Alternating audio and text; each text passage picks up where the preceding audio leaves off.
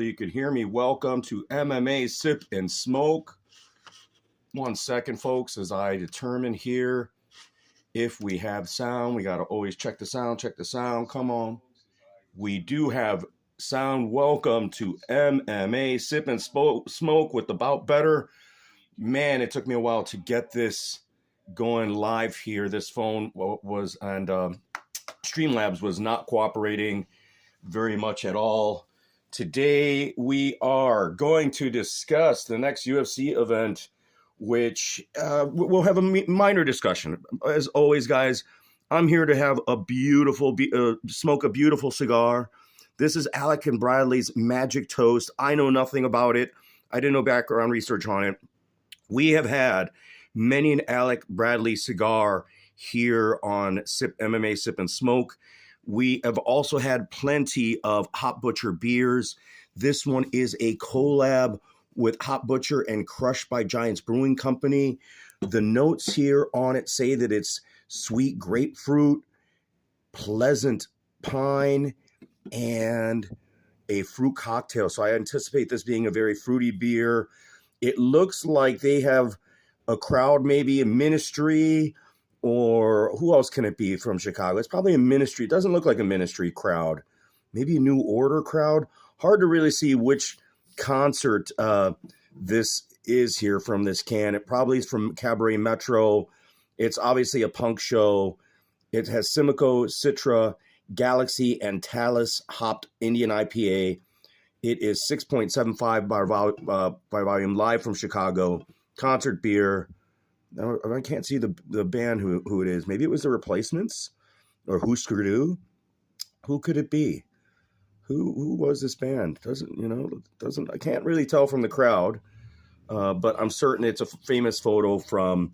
I'm gonna say that it's got to be like the Aragon. It can't be Cubby Bear because the space looks a little too large. I'm gonna say it's the Aragon Ballroom and some band at the Aragon Ballroom, and I don't think it's Ministry. It might be older than Ministry. That looks like it could be maybe the Dead Kennedys. Who knows? I'm not. It's tough to tell from that picture, but it is going to be a very sweet beer. Let me see if I could tell from the people in the back there. I can't tell there. Interesting. It's obviously somebody's photo here. And Alec and Bradley's Magic Toast. Beautiful band. Look at the colors on that band. That is incredible. Perfect beer for Pride Month. Not really. That's not really a Pride. I mean, it's Chicago Pride. It is live from Chicago, which we are. The MMA Sip and Smoke show is always live from Chicago. Actually, we were live in Kansas City 2 weeks ago, and hopefully we will be live at a place near you. But man, look at that band. I got this because we've had a lot of Alec and Bradley cigars, and they're all really good. This is the Magic Toast. This one is right around, this is the Gordo. This one was right around $10. Man, I did not notice how beautiful and intricate that band is. It looks like there is days of the week or something. There's some kind of symbol here to this. I'm going to keep this band here so that I could do some research on it, but it is a lovely, lovely color. Love the colorway on it. Again, we've had plenty of Alec Bradley cigars here, so we're going to stick to what's good. We've had plenty of Hop Butcher beers here, and welcome, Bout Betters. And we're going to continue to have them. Like, we're going to continue to go to the well, and I don't know why it's going to short mode.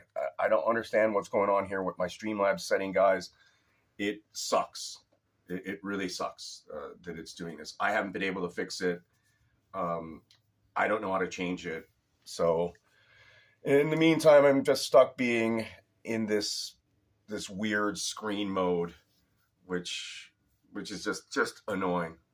But I haven't figured out how to fix it. So in that case, cut on my head. But yeah, let's try this beer. I'm dying to try the beer. I had problems starting the getting Streamlabs to get started. This card, guys, doesn't look fantastic. Okay, the beer looks really light. It's a very light beer, light color. So that means it's going to have very high drinkability. Not as like juice intense, but I could already smell the grapefruit and the fruit on it. That is good. If I could have you could smell the citrus and fruit. There's going to be a lot of it, and you could smell that right from when you're pouring. I haven't even like put my nose to it, and you're already getting those notes and that hint, those hints. That means it's going to be pretty fairly intense in terms of its flavors.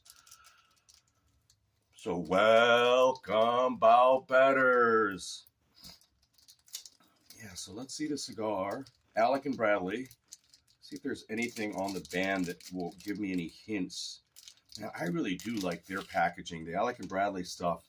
I mean, that band is just beautiful. And even the AB, that touch there, that it has a little lip there so that you'll be able to remove it early. A lot of wood. I'm not picking up a lot of tones. The leaf itself does not look very oily. It's not a very uniform leaf. You could almost see a lot of its fermentation. It doesn't look very even. Just looking at the cigar, I'm not going to say or have a lot of expectations from it. It's very well rolled. You know, I'm just getting just a little cedar, lots of wood. And yeah, it has that hand symbol. That's another symbol on the band here. They're playing into something here. I'm not certain what the theme is. Maybe they're Masons or something. But it's a very nice embossed band. Really, really, really cool looking. But the cigar itself, it's got to be. Alec and Bradley just makes really, really good smoke. I would highly doubt that it's going to be disappointing. But looking at the actual wrapper, it just doesn't look uniform. There's not a lot of oils to it. I don't like these spots that are on here. I mean, it has been fermented. It's very firm. Let's see here. Let's get a cut here.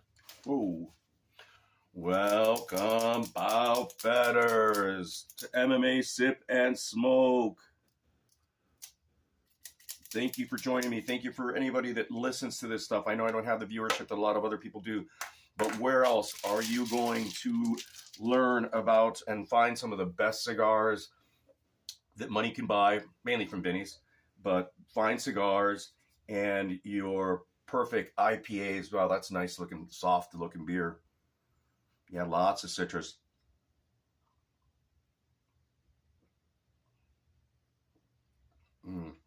And I see that pine, a little pine. It's a little sharp. I like it though. High drinkability, light, good citrus finish. That grapefruit, strong grapefruit, and that pine.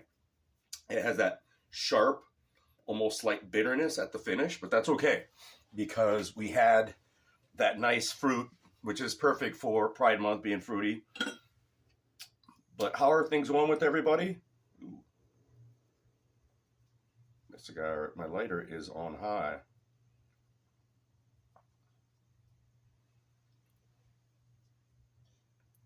I'm still high from that Kansas City show. I don't think that we'll ever be able to. I hope that I could get an experience like that again, but that's going to be hard.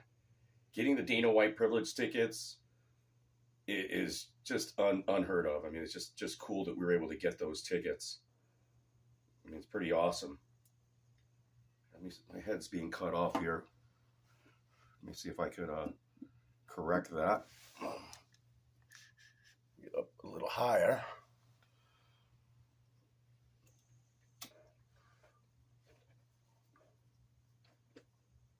Watch check. It's back. The trusty old Orient. The Orient. I forgot what these are called. It has the open heart. I'll show you here in a second. Here, once I light the cigar. The Orient watches are very popular. They're from Japan. It has a Seiko movement. The open case back, visible case back. It's not the most beautiful movement, but I would still like looking at the case back. It has a sapphire crystal, not the high flex or the plastic that is on some of the Seikos and even that Timex that I have, hard flex.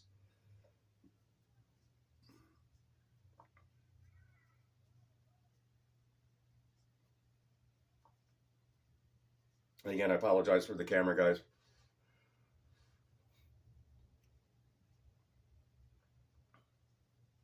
As always, please like and subscribe. Hit a comment, leave a comment on a cigar or even a beer. If there's a cigar that you guys want me to try, or even a beer, if I could obtain it, I'm more than happy to provide a review of it, or maybe just a recommendation of something that you guys smoke or sip on other than White Claws and Modelo's. And I think who else has interesting beer taste? I don't know if anybody has quite the variety of libation taste that I have. I'm not going to be drinking light beer from Miller. We had the Stellas last week because that was I didn't have any of the Boulevard beers over there from Kansas City. I didn't buy any of those, but we had some Stellas that we picked up at Costco. So I mean, Stella's always a good summer beer, solid, great flavor, easy to drink, goes down well. Yeah, right away, lots of oak, lots of wood.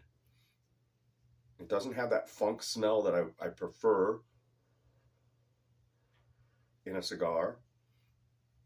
I like that musk, that funk. I don't mind eating the peat and the oils and that earth, but if I could smell like that jungle, like it has a smell of just humidity, musty must. Cigars are when they smell musty is when I actually like them, not musty ass people.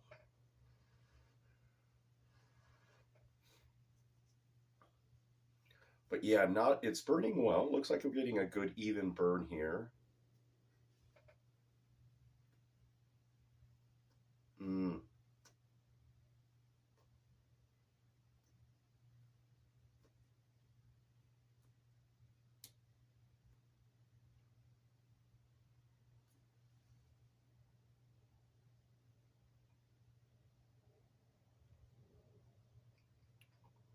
nice. Wow, what is a pleasant surprise. Lots of sugar on the first start. That wood, but it has a very nice sweet undertone. Not plantain. Very nice. Little spice, a little pepper on the finish there.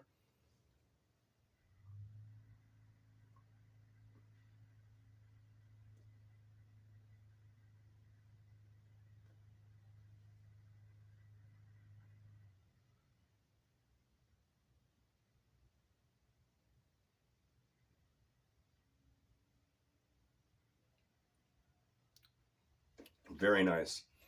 Very nice. Very full bodied, as you can see. Excellent draw.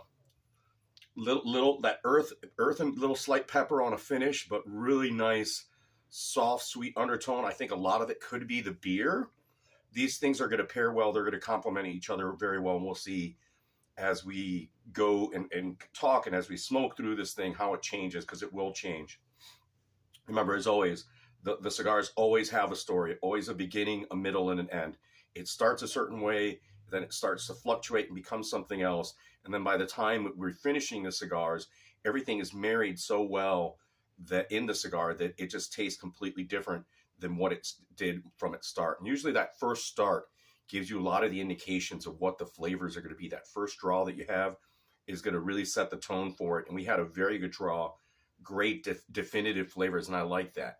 Just like with the beer, we want things to be defined. We want to be able to pick up those notes. We want to taste the citrus. We want to taste the pine. We want to taste the wood. We want to taste like the plantain, or if it's a nut base or cashew, walnut. We want to be able to taste those things because that's why we smoke the cigars.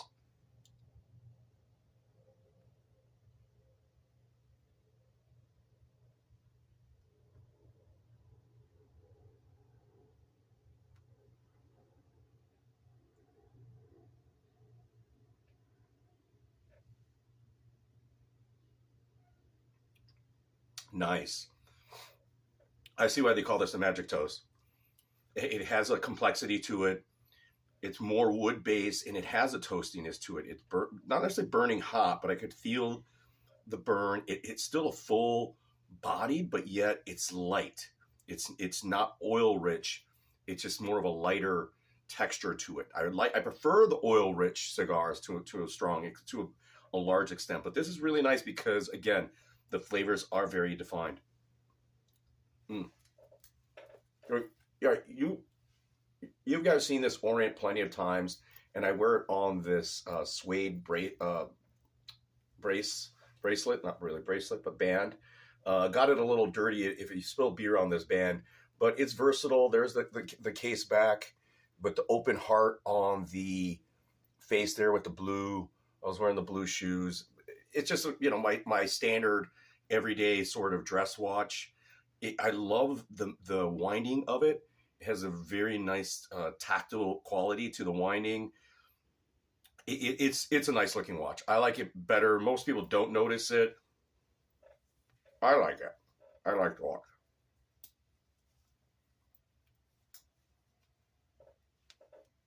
For $200, it's a great watch. I was looking at another one of these Orients of Komatsu in red, even though I'm not really big in the red, but there's this beautiful ruby red version of this watch that I was considering. But right now we're going to hold off on most purchases. Even this, like, we're not in a very our price range today, guys. We're in that $30 range for the beer and the cigars. The beers were $16 for a 4-pack. You're going to get the same price whether you go to Binny's or to the Hot Butcher brewery. Excuse me, guys. Woo! And the cigar was $10. So we're looking in that $25 range for some sipping and smoking.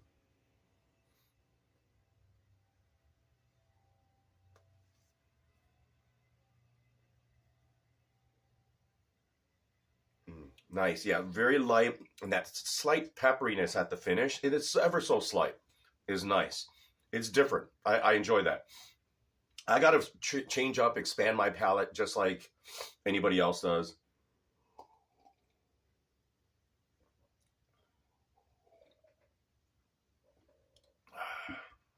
What's up, baby? Whose house am I gonna fuck up? I'm Joey Stacks. Let me come and fuck up your house. Pay me money and I'll fuck up your house, baby. Joey Stacks. Let me do a cycle. Where's my shots? Where's my testosterone?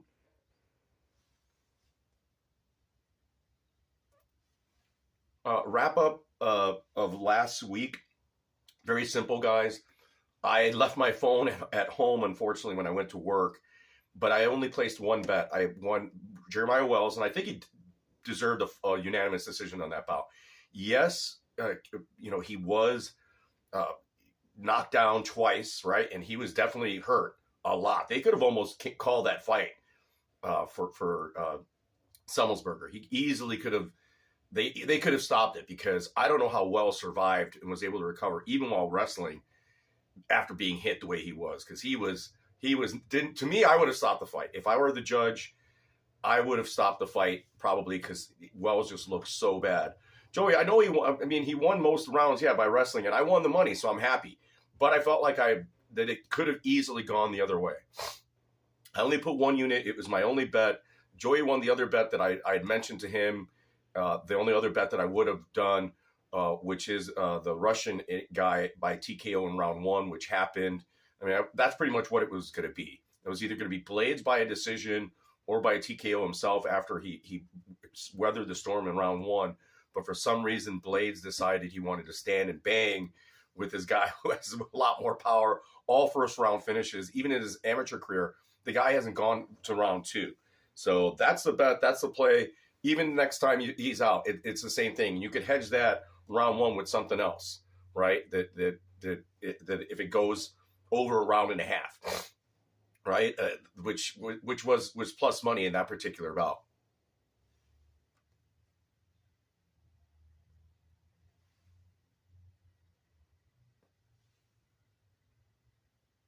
Yeah, Wells won every round through control, right? But he didn't really land a ton when he was on the ground. He was just holding him. He wasn't very active. And every time the Smellsberger got to his feet, he always tagged Wells pretty badly. So one judge did score it for Wells.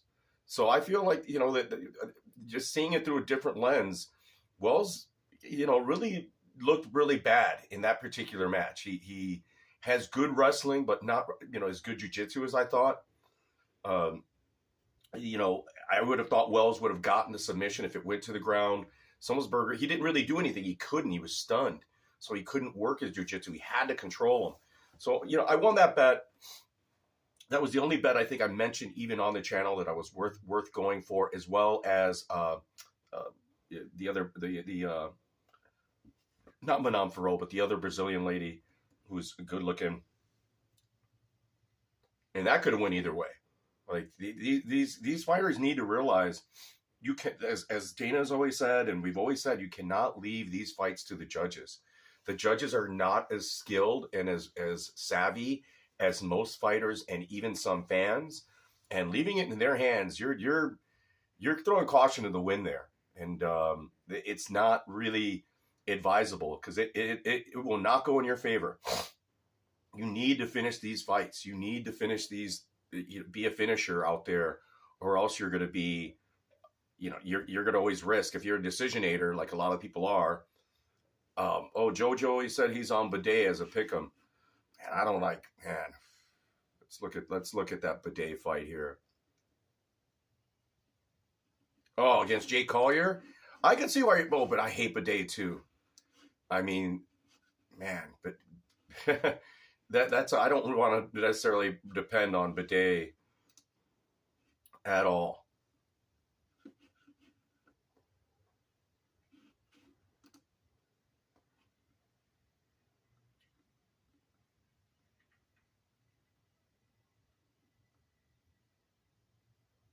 I mean, he's on a 3-fight win streak. Collier is just so bad. Yeah, I guess if there's still a pick'em, and actually Martin Collier is a favorite, I think Collier is just so bad. I mean, he's lost to Barnett, he's lost to Arlovsky, he beat Sherman, which is not saying anything. He lost to Carlos Felipe, and he beat Vellante, which is not really saying anything as well, right? Whereas Martin Bidet has wins over Brisky, Barnett, and Hood.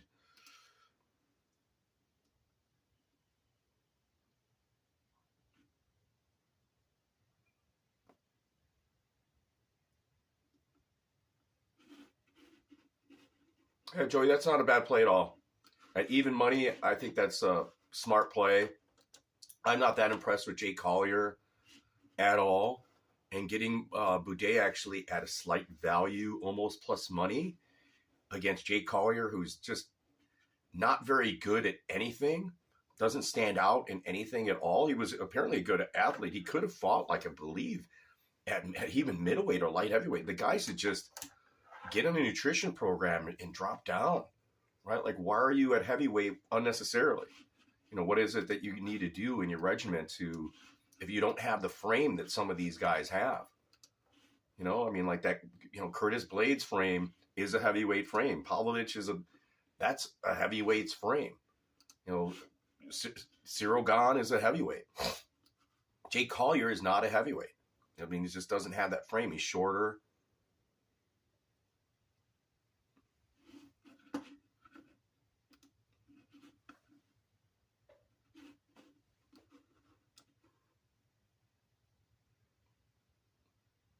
Same could be said of Kung Fu Panda. Like, what is it that Chris Barnett needs to do to get down in weight class? I mean, how much power would he really losing all that fat and dropping down a weight class? Because let's just call it what it is. Same with Jake Collier. It's just fat.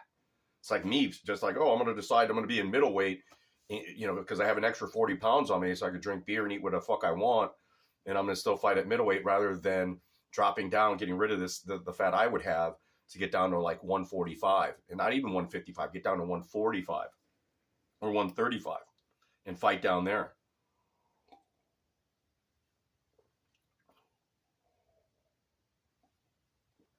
When I wrestled at 145, 135.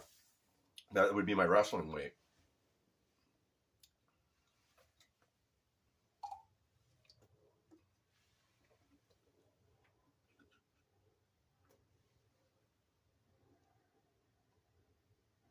Shit, I don't know how these guys even do 135. I was 125 like at 8 years old. I was a big kid at that age, or bigger, but or average size. But I don't know how these guys do that. But yeah, Collier is out the door. Joey's saying Collier is out the door after this fight. Collier hasn't had a TKO in a year, and he's gassed after 2 minutes. Yeah, I agree, Joey. There isn't anything that Jay Collier does well. Why he's turned into a favorite in this particular match. But Martin Buday is not anything spectacular either. He's not super impressive, not super skilled. You have a fight between two extremely mediocre fighters. And thankfully, there's not a lot of parity in the line. Thankfully, we're at, Collier is minus 117 and Buday's minus 107. So you're getting Buday almost at that dog money, very close to it. You got to play that side. I think that's fine.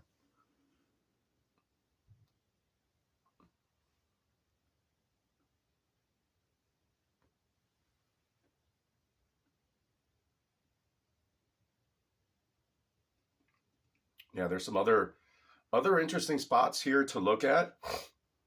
I'd be cautious of this Rodolfo Vieira and Cody Brundage there. That's interesting. I don't think Vieira, is, after we saw his last performance, he gasses, doesn't have great wrestling, but Cody Brundage is a wrestler.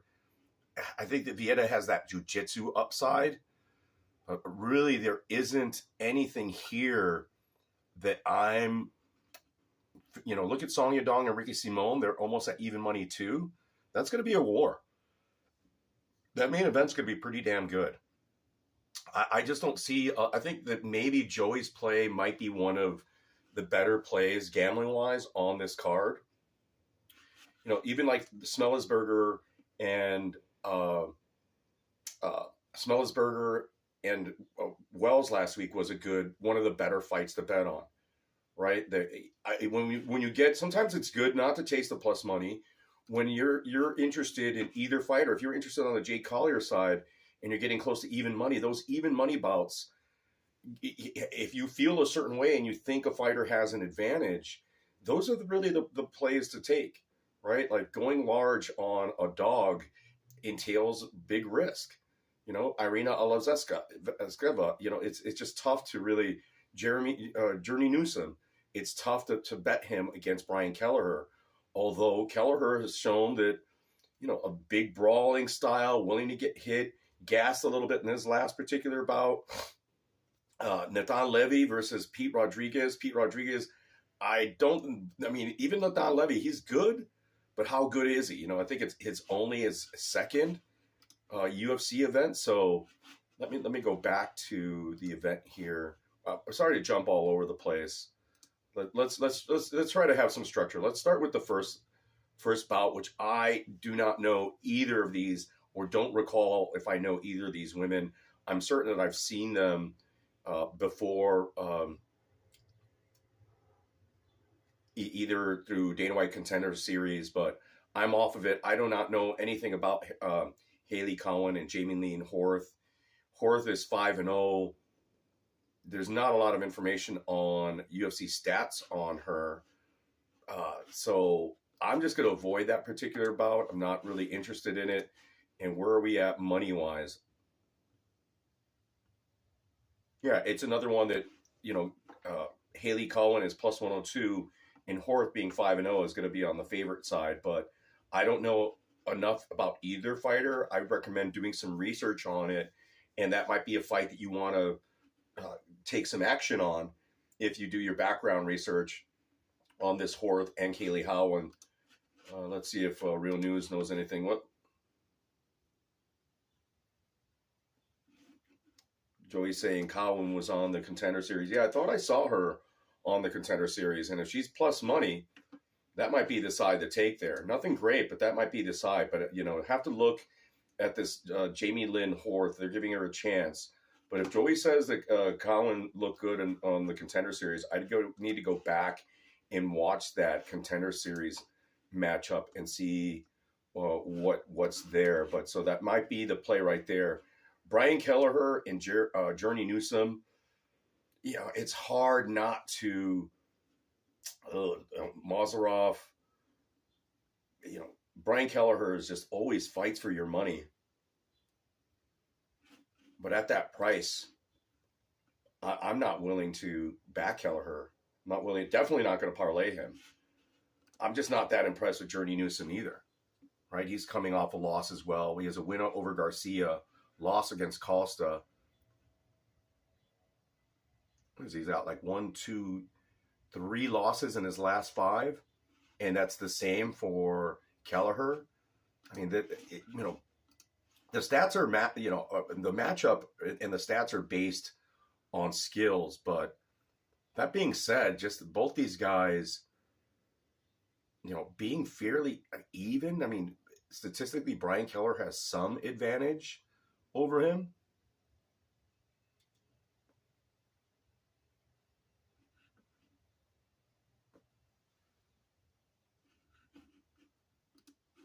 I just can't bring myself to back Journey Newsom to risk it, even at that plus 138.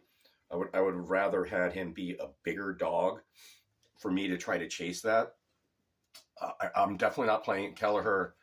I think that's just a fight just to sit back, relax, don't even bother chasing it.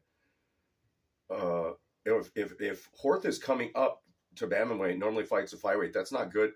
That's not a good thing, right? Going up is okay, but I mean that's more reason to take the dog over here. It's just more reason to take there. I'm going to avoid Kelleher, Newsom. That's a dog or pass situation, but I'm not going to invest in Journey Newsom as a dog. I don't think it's worth it. I don't think it's worth the chase there. So I'm going to avoid that. Stephanie Egger, Irina Alazekov. I'm not that sold on Stephanie Egger at minus 335. Again, it's not a dog or pass spot.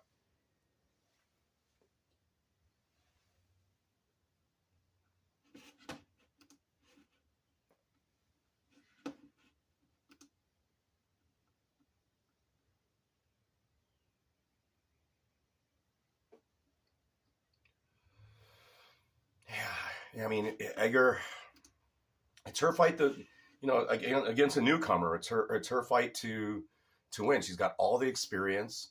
She's got the better strength of schedule. She's lands more strikes per minute. Not the best accuracy. It doesn't absorb very much.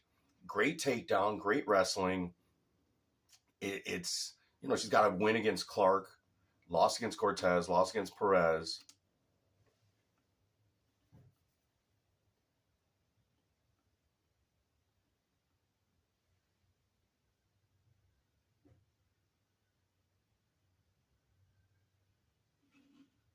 It's her fight to sort of win. I'm just not going to parlay her. I would avoid using her in a parlay, especially at that price at minus 335. No, thank you. I think there are other better opportunities there, but I'm gonna avoid that particular one right there. This is another event where I might make 1 or 2 bets. I was happy for the first time, and thankfully it's because I left my phone at home.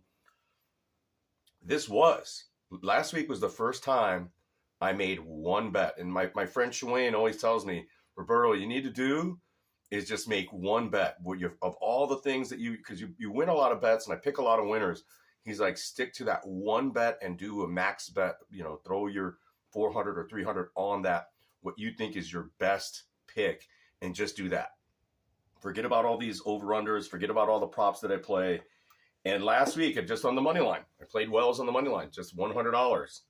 And it was even money bet, which is fantastic. Able to double up instantly. There were no other bets I was involved in, no over-unders, no other props, just 1 money line bet. I ended up winning it. I don't think it was lucky. I think it was deserved victory. But for the first time, I actually did that. And it helped. I only risked $100 and I won $100. So there wasn't this stress. There wasn't like, oh, fuck, I got to start surging, make some more bets to try to recoup. There was no chasing. There was no regrets. It was like, all right, we're done. Finished. Can't do anything about it. It was awesome.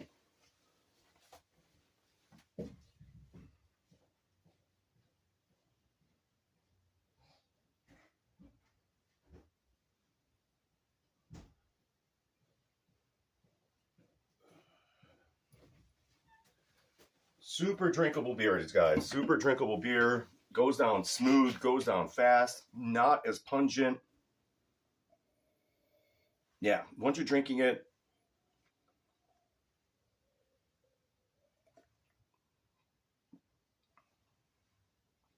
man, that's nice.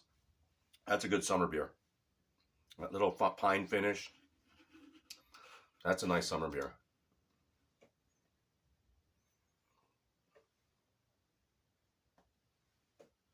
Runu says that he's taking, he thinks Kelleher takes it. I think Kelleher takes it too. A lot more experience, hits hard. If he doesn't gas, he's got good movement. He should have the slightly better wrestling. I think that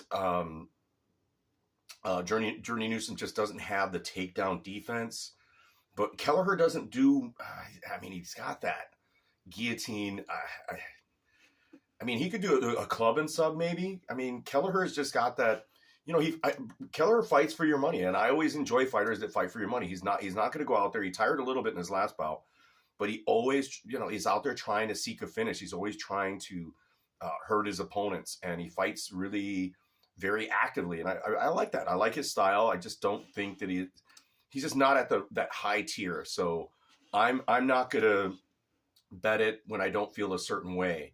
Like in this Pete Rodriguez Natan Levy fight, for example, I don't know if that's next. I just do not like Pete Rodriguez at all. At all. I don't think that, he's got to win against, he beat Jack Della Magdalena, which is actually not bad. But, Levy's just more of a contender series guy. He's getting better.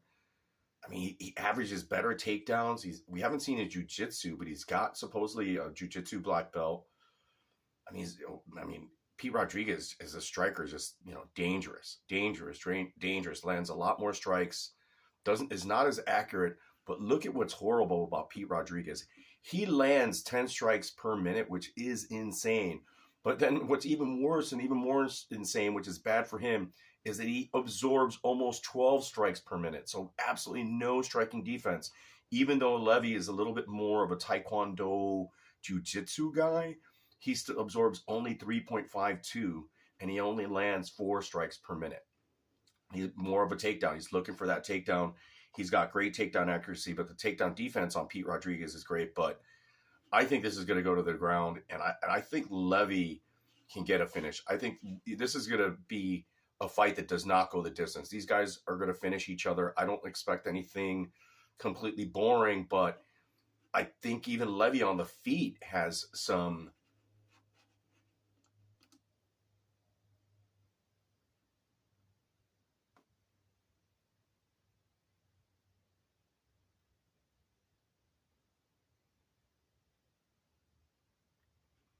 I wouldn't say like striking strength. He lost to Rafa Garcia, and we all know how good Rafa Garcia is now. And Rafa Garcia had landed a lot more takedowns and just was able to control them better, which was interesting. But, Levy, where is that number at? Another fighter that I just can't bring myself to parlay or utilize there. I think maybe a not to go the distance prop or time prop to parlay there is going to be better. And jump into the next fight, even though I don't know if it's the next fight, but two fighters I enjoy. I've made a lot of money from Mikhail Olejniczak against Kai Barral. But Barallo is surging. He's younger. He has the better takedown abilities, the better jiu-jitsu. Olejniczak has no jiu-jitsu whatsoever. And I love Olejniczak. That motherfucker, another dude that really fights for your money. That's going to be an exciting fight while it does last. I think if Kai Barallo is really smart, he takes Olejniczak down because Olejniczak only has 43% takedown defense. He's got great wins. He's only lost to Justin Jacoby, but he's beat Gaznatov, Bukauskas, Brundage. He's always fought for my money. I've been making money off of him, as well as Kai Barallo. I picked him against Petrosian. I thought actually Petrosian might survive a little bit there, but actually I bet Petrosian. Check that. I did bet Petrosian. I have to go back and look, but I was on Petrosian in that particular bout, and he did survive. I think Petrosian survived the submission, but he was taken down a ton and was in that body lock, backpack body lock, which I think Kai Barala is going to need to do again. Very similar fight to Petrosian with Mikhail Olejniczuk, but Olejniczuk's boxing, I think, is a little cleaner than Petrosian, but I still don't think he's going to have the ammo or the things necessary to withstand Kai Barala's grappling attacks. And I don't know. I know that Petrosian has excellent jiu-jitsu defense. Like, you could stay on that backpack. In fact, let's see how long Kai Barala was on that backpack against Armen Petrosian. That was a unanimous decision. Barala had 4 takedowns, 80% for 10 minutes of control, right? And that's Armen Petrosian, who has excellent submission defense. Not takedown defense, but submission defense. He'll let you on his back, but you're not going to submit that guy. And Olejniczuk is not accustomed to being taken down. Actually, no, he lost by first round Kimura, and he got submitted by Von Flue against Olan St. Preux. So what am I saying? I think that Kai Barala is going to get that submission. Kai Barala is young, fast. He's good on his feet, but if he comes out with just a good game plan of striking, and Barala's one of those Brazilians that his wrestling isn't horrible. He knows that his striking is good, but he's very good, much better on the ground. And he does not want to strike with Olejniczuk, just like he didn't want to strike with Petrosian. You cannot knock out Michel Olejniczuk. He has no losses by TKO. All 2 submissions, one that was overturned, another by decision. The guy has got a chin. You're not going to knock that dude out. You got to submit Olejniczuk. And if Barajo does not use that grapple heavy game plan, which I think is going to be successful against Olejniczuk, I just don't think Olejniczuk has the takedown defense necessary to withstand Barajo. At 43% takedown defense, let's see.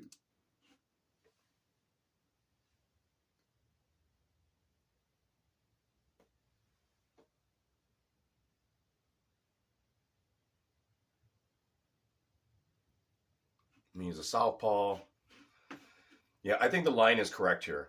I think Barajo outclasses him. Maybe even on the feet, Barajo could do it, but I don't think so. I think if he's wise, he's going to take this to the ground. If that sub money, I think the sub money is going to be in that plus 240 area. If it's that high, great. It might be even less than that.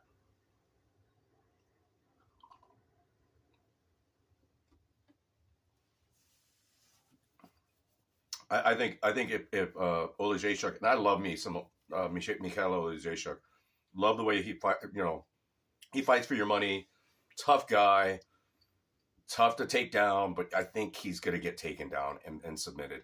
I think the play there, if I do make a prop in this fight as well as in the next fight coming up, or at least the fight between Cody Brundage and Rodolfo Vieira.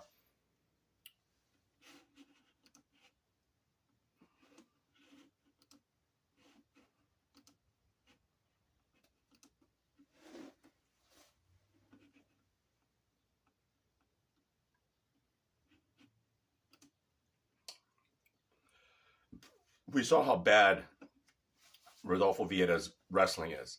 And that's the problem here. And his striking's not great. I mean, the guy is a submission artist. And Cody Brundage, isn't fantastic on the feet, but might have enough wrestling to keep this on the feet and force Rodolfo Vieira into a war.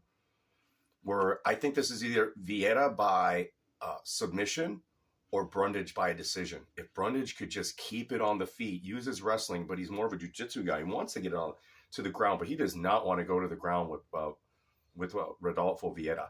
If you take the Chris Curtis path, you fight off the takedowns, you stand on the feet, but Brundage just doesn't have the boxing that Chris Curtis does. You saw how good he was against Gastelum, Chris Curtis. Chris Curtis is no joke. He's really well-rounded. you just got to Vieta at that price is just too risky. I'm not going to. We'll see what the submission line is. I think that Brundage is dumb enough to go to the ground with him. He's going to try to take Vieta down, and he's going to get reversed or something. And Vieta's going to grab that arm, go for an arm bar, an arm triangle or rear naked choke all day. And Brundage is just dumb enough to try to take Vieta down, which is so stupid of him. But that's his MO, that fighters do what they do. They do what they're trained. He's more of a wrestler and jiu-jitsu guy. And so he's going to go in there and he's going to try to take Rodolfo Vieta down to his own demise.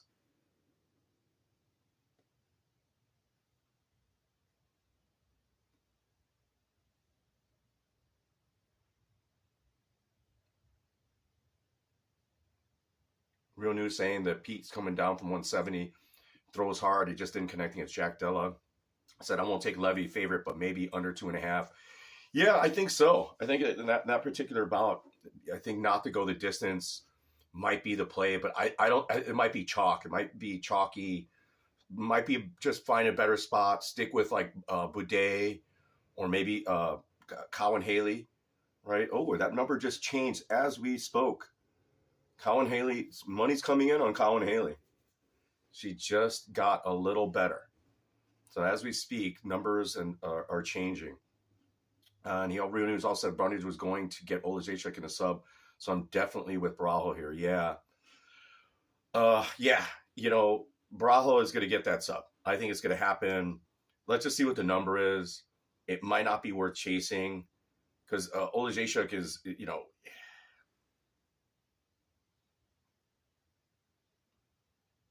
I like Barajo is getting better. I think he's addressing his cardio issues. He's advancing his game where Olajaychuk is just straight boxer. Like he just is one-dimensional. He's not growing. A lot of these fighters, I like Chiabralo. I like fighters that develop their style. They're still working on their style. They're still improving, legitimately improving all aspects of their game. And Kai Bralo is one of those guys. I'm convinced that Kai Bralo can be a champion.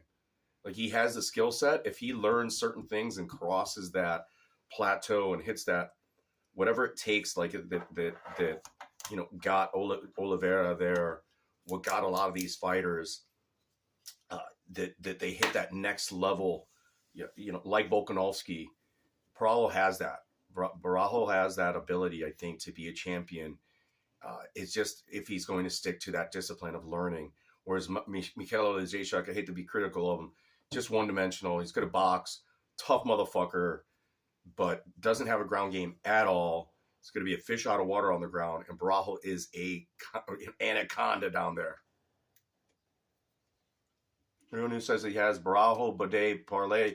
Yeah, I don't like the price of Barajo as that parlay, but you put him with Boudet, and you're getting up to plus 152, which isn't bad money at all, right? That is not bad at all. You're betting 20, even if you bet $20, you're winning 30, right? That is not bad at all. I wouldn't hate you on that. I think if you're going to make a parlay and you're going to use a parlay piece, guys, do not bet the big chalk with the big chalk. Do what I would do, and as Real News MMA is doing right here. I think that's a good play. Bidet at minus 107 with Barajo at minus 335. Pair that big favorite with somebody that's close to even money or even plus money. Even though they're plus money, if Joey doesn't like when I do that, he's like, well, why would you take them? They're plus money. Well, it gets me that one big guy like Barajo down to a price where I could count that leg in and I win that leg, great. It's at the end of the fight. But I could actually get value then from a big favorite like that, right? Like you're going to put Edgar, like for example, if you put Edgar and Barajo in a parlay, you're still at big chalk. You're at minus 148. $20 will net you 13. That's not worth a fight. That's not worth it. You could just stay with Bidet at that price. Just stay with Bidet, right? Rather than take the two big favorites, you could take the slight underdog.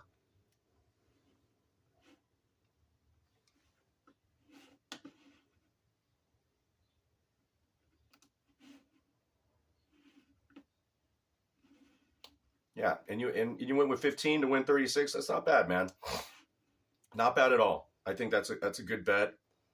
$15, guys. Always bet within your limits. $10, $5. You win in a little money. We want to win some good money, right? A lot of times when we're doing this gambling, we want to win some good money. It's nice to double up. It's nice to make big money, but bet within your limits. I'm going to keep my bankroll in this particular bout because I don't feel a certain way about anything really big into that $100 range. I might just take Bidet on the money line for like $50. I'm gonna that would be my biggest bet to try to almost double up because I like that number at 50 to get it win 47. Happy with that.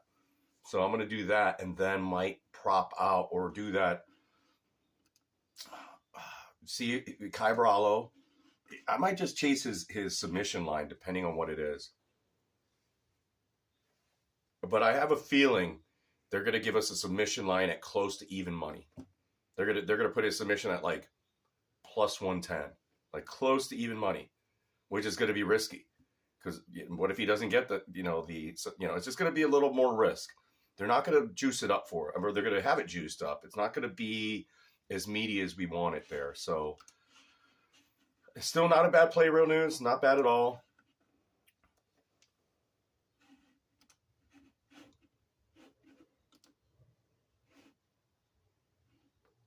Let's see where the Vieira submission line is and Brallo's submission line is, and maybe parlay those two. Because I think Brundage is talk about fight IQ is just like Curtis Blades, man. It's like, dude, why are you? He tried for a takedown after he was already stunned.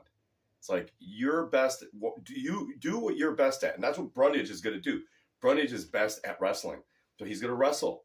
And why wrestle a jiu-jitsu guy? Don't wrestle the jiu-jitsu guys. Unless you're really good at submission defense and you're confident in your top game, don't bother doing that. And I think he's just dumb enough to try to take Vieira down. And I think Vieira's going to sub him very rapidly, very quickly. And definitely Brundage, Vieira, not to go the distance. Both guys have very, very bad cardio, especially Rodolfo Vieira. His cardio, he's almost sub round 1 or bust. Like, let's look at Vieira. When did most of his, I think all of his victories are in round 1. No, he got round 3 against Stolfus. He was not doing great in that bout. Stolfus was tagging him. Round 2, round 1, round 2. Yeah, I mean, he definitely fades, though. He definitely fades. Out of the price between Brallo and some of these other folks over here, Brallo or Vieira, I would parlay Brallo, even though he's at minus 335. Although, man, and it's just because Rodolfo Vieira is just, I don't know.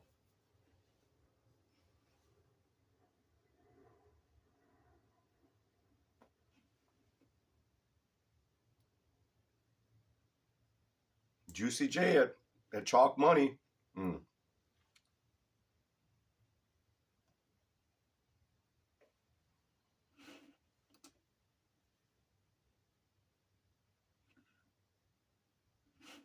Erosa has fought everybody.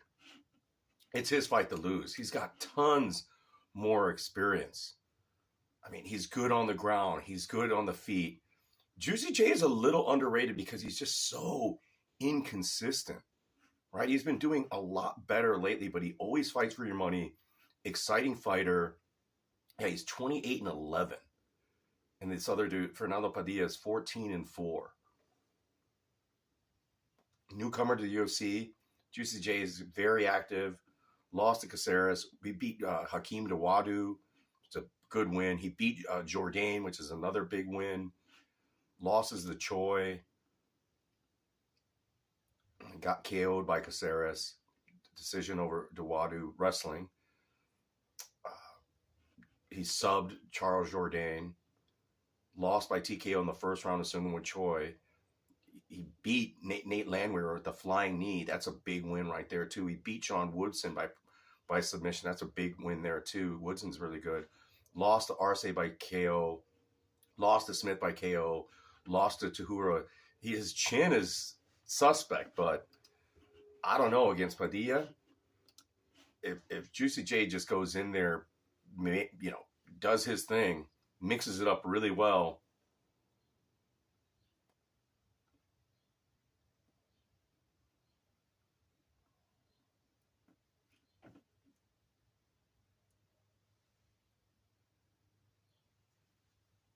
The question is Julian Rosa a parlay piece?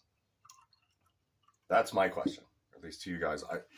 I'm on that fence. You know, I'm on that fence, right? Like, I want to try to. I think Arosa has all the advantages, man. That chin though scares the shit out of me.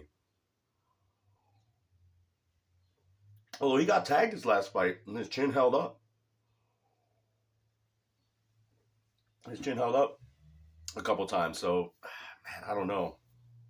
Do not know.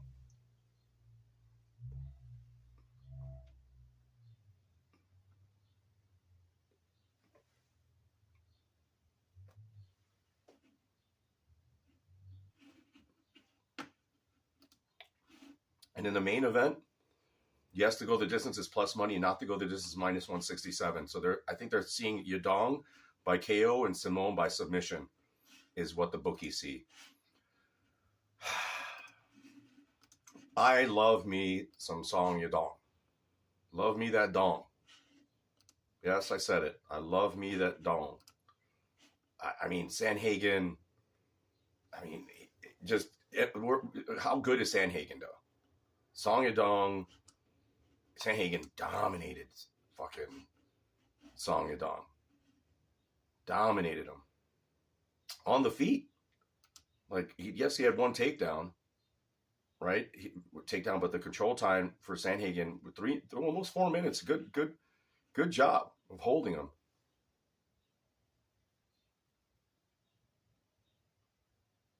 But Sandhagen pieced up Song Yadong. I don't think Simone has that. Simone's got to take a different approach. I'm almost on Song Yadong here at that dog money. It's not enough dog money. It's just plus 100.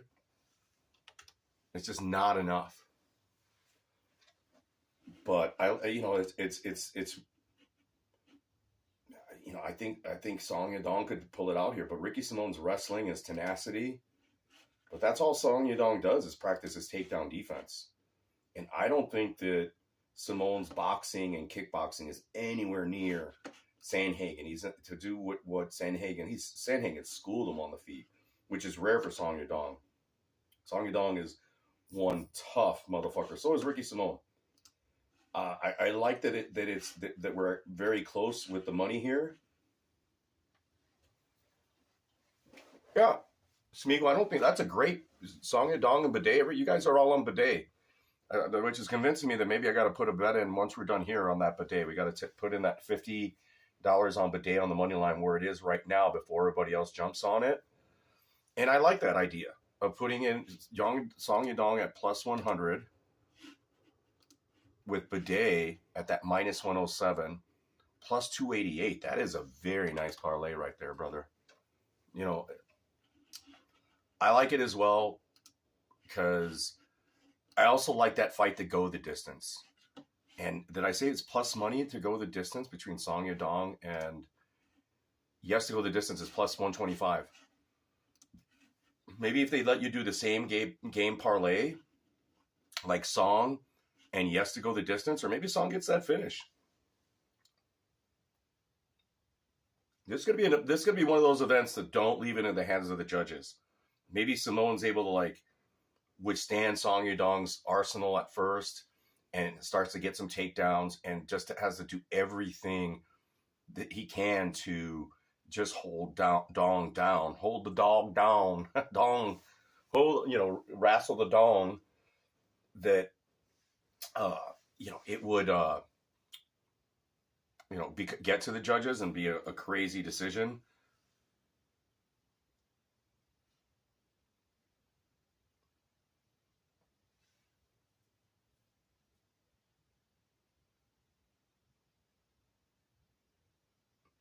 These guys fight for your money. It's going to be it's not supposed to be a main event. Two very exciting fighters, two good fighters.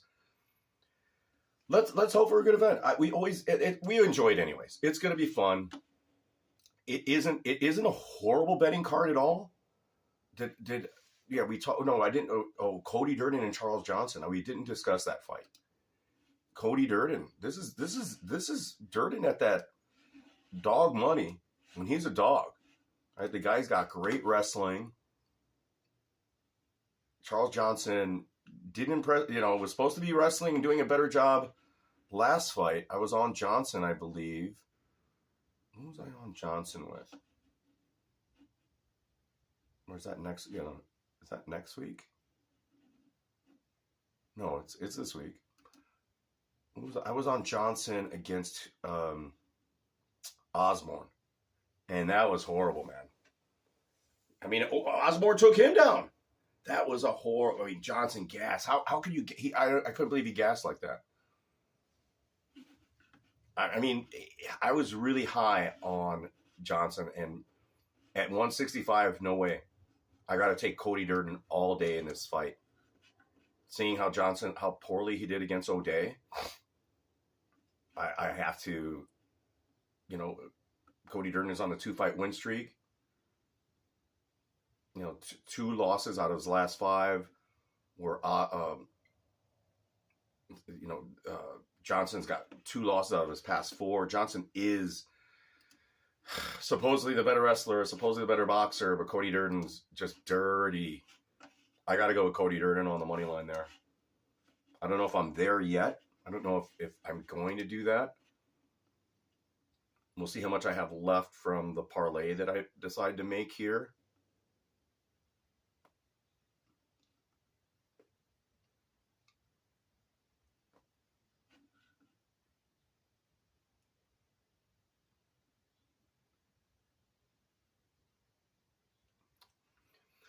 Here's another fight that's coming up that I would just want to mention out the blue.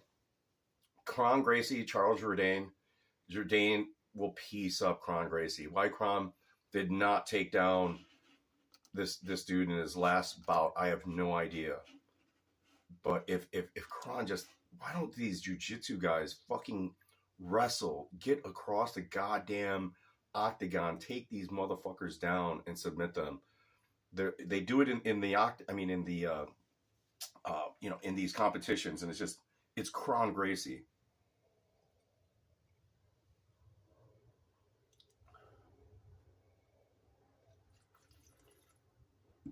Do not like the line on most of our Evil and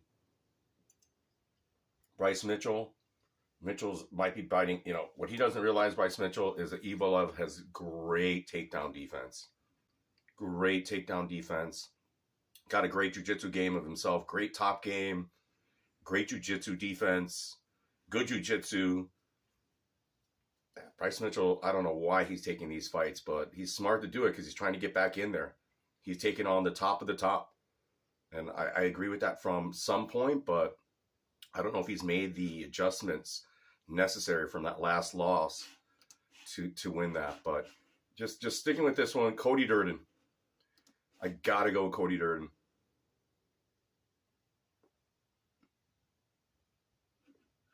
Yep, Rosa, I have to go with the Rosa over Padilla. Right?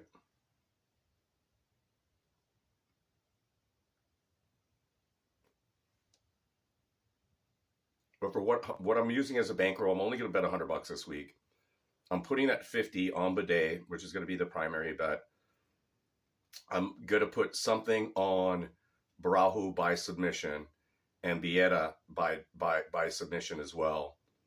And so I don't know how much I'm going to have left there. Maybe it's some kind of like long play parlay. I don't need to bet anything else. I don't need to maybe a Durden win at that plus money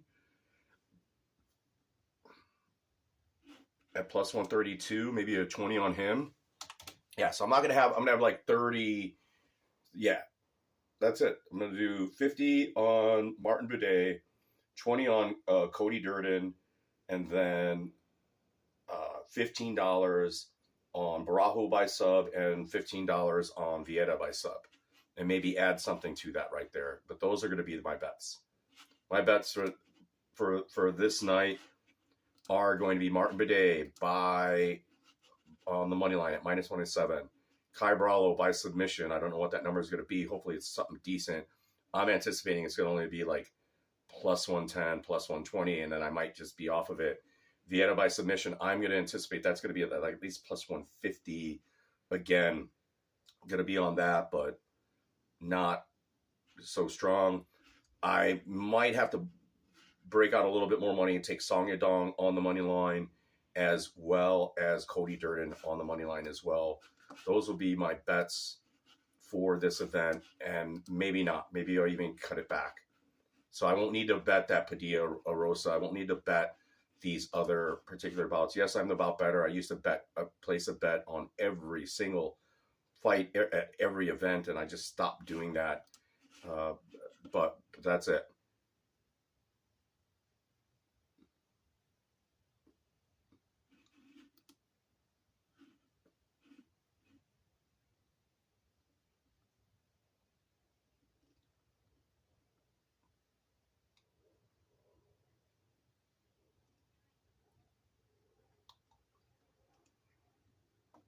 Coming up ahead. Did they actually make Bilal Burns official? Interesting.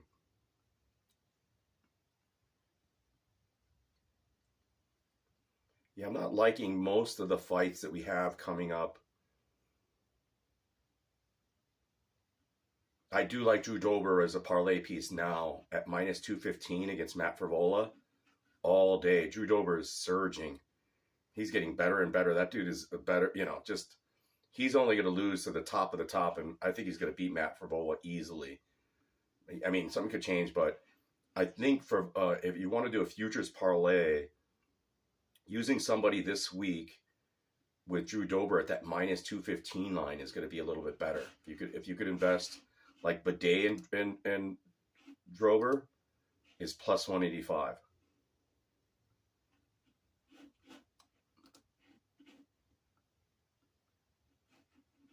Yeah, I think Dober right now in the future, that number -215 is one of the better numbers out there. And next week, I think Evelev, Drew Dober, unless Bryce Mitchell fucking surprises us at plus money, might be the play for next week. But I'm high on Drew Dober. I'm very confident on Drew Dober at -215. I think we're getting that number is very parlayable, very hittable, even almost on the money line. Almost even on the money line at -215 now. Invest in Drew Dober before his number is going to go up. By fight time, he's going to be -300.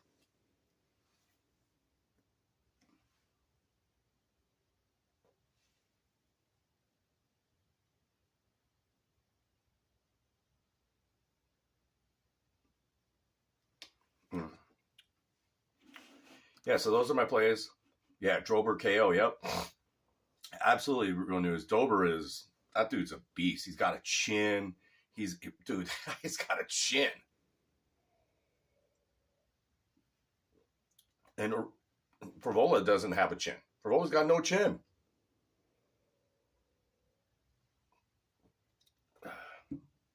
I'm huge on Evelev. Huge on Evelev. Most-Var Evelev is another guy that has that championship roundedness. It needs to improve his boxing, improve his jiu-jitsu, improve his takedown defense. I think Bryce Mitchell's in a lot of trouble in that fight. He doesn't realize that, like, Evelev might be tougher than Topuria. Stronger, more methodical, not as wild, not as fast, but more methodical and just tough.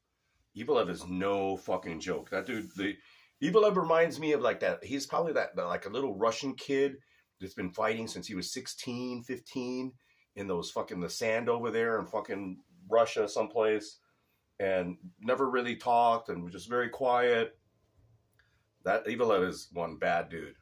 But if Mitchell could pull it off, I mean, it's going to set him back up, push him back up, because Evelev is definitely top 10 material. That's why Mitchell's taking this fight, is he thinks he's elite, and he wants a shot back. maybe he was right. He was sick or something happened with his fight with Taporia. But if I were Mitchell, I mean, he's been doing it. I mean, he's not leaving Arkansas. I don't think he has to.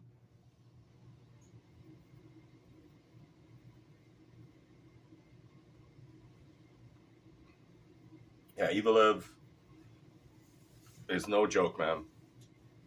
Great wrestling, great control, sound boxing, sound defense. Just does everything right. Yeah, because Renews mentioned it 3 months. Like, how good has Mitchell become? He's facing a guy that could possibly beat Taporia. Like, Taporia has that speed advantage, the kicking advantage. But Evelev has a chin. He's so solid, dude. He reminds me of Song Yadong, but with wrestling and jiu-jitsu, but more with wrestling. Evelev is solid, man.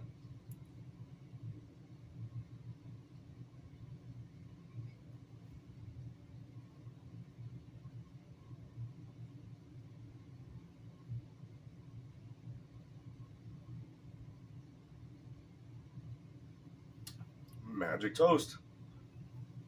Very nice cigar. Very smooth. That little peppery finish. Strong wood tones. A little sweetness to it. Excellent cigar. You taste a little of the fermentation to it. It has that earth, that cedar and that wood at the end, almost like the pine in the beer is very similar to the cedar or wood in this particular cigar in the finish. But it has that little slight sweetness to it. Very nice cigar.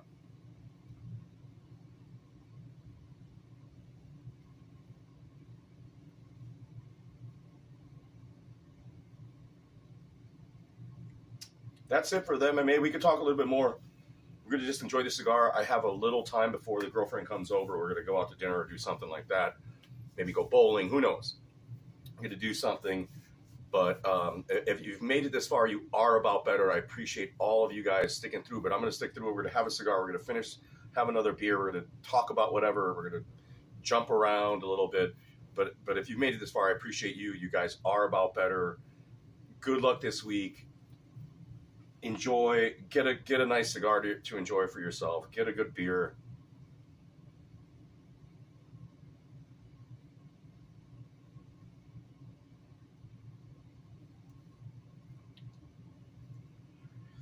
I think there's some good possible for you, like as I mentioned, Drew Dover, Evelev. Let's do the big parlay. Kai Baralo, that 3. There we go. Plus 164. And put them in a round robins in the Trixie. $100 Trixie. Wins you $109. Not the best for a Trixie, but I'm very confident in those three fighters right there. If you're going to bet some chalk, put it in a Trixie.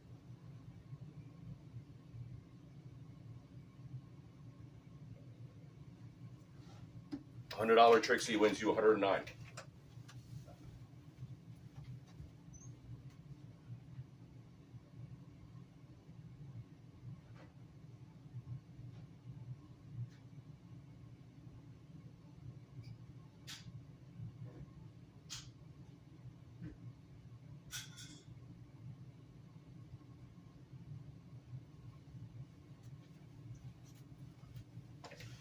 Futures parlay, guys. Some of the futures are worth doing. That one might be worth it. We'll see. My most confident pick this event is Kai Baralo, but at minus 335, it's just not bettable, except by that propping it out, right? I think, and I love me some. I told you guys, I love me some Olazashuk. Olazashuk is not a bad fighter. Who's his manager? Sometimes I wonder who in the fuck is managing these fighters. It's okay to tell your fighter, no, do not take this fight, man. We're not taking this guy. He's younger. He's got you on the ground. I would just tell him straight up, like, dude, you have no ground game. why are you taking this guy with no ground game? Let's fight another striker. Let's find somebody else, get a nice payday, and then work on some other things, develop a little bit, and then we'll get another ranked person that might be a striker.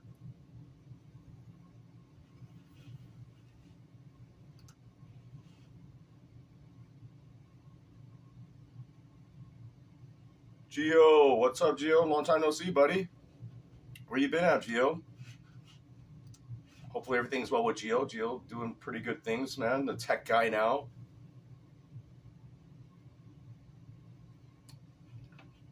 Yeah, Renus, if you could get it, right? If you could get that parlay, if you could find places that offer those, the props don't come out. They don't want you getting early props. If they could get you some early props, and I heard that both, at least now they're getting like in-fight props, which is pretty cool. You could bet like the decision, you could bet like a submission or TKO in the fight, which is really cool live. I'm happy that that's happening, and it is going to encourage more live betting. Right, so excited about that. I wasn't able to. Thank God. Well, not really. I would have liked to have taken advantage of it. I think I would have bet my round 1 fight last week, like the only Pavlovich round 1.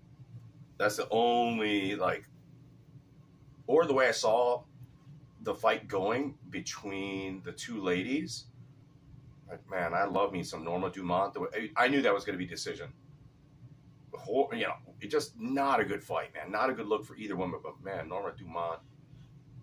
I love me some Jillian Robinson and some Norma Dumont. Put them in a Trixie. Would love that Trixie for sure.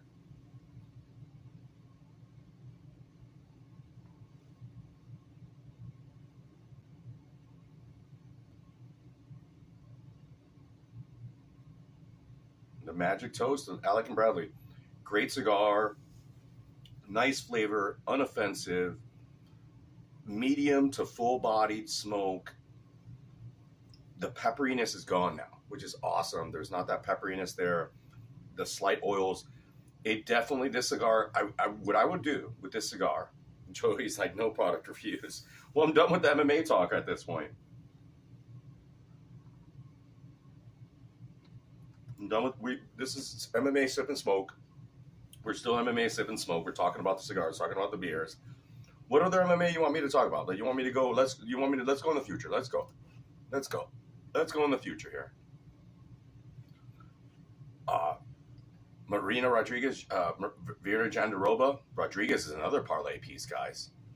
She's got that in spades. She could handle Vera Jandiroba on the feet, and then even on the ground she could do it. But she's going to keep it on the feet, and she's going to, piece that chick up. She's going to piece Jandiroba up.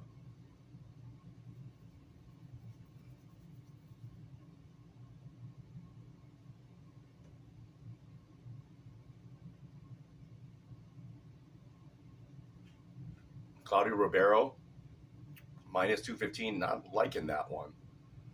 They put Burns on there. Parker Porter is back at plus money. At minus money, no way. Oh my God. Chaos Williams is minus 305 against Rolando Begay.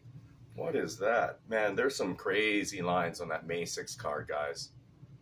Crazy lines. And then, yeah, I'm not jumping ahead here. Let's go fight by fight, event by event. There is some, I like Drew Dober now. Drew Dober is such a good price, guys. For a futures parlay, Drew Dober is the call right there. Right? Like if you need to make a futures parlay with this event and the next event, utilize Drew Dober now. I'm telling you guys, Drew Dober is going to be minus 300 by fight time come May 6th. He's going to be up there at minus 300 because everyone's going to do what I do, is parlay him. We add Drew Dober with Bidet and Barajo We're at plus 271.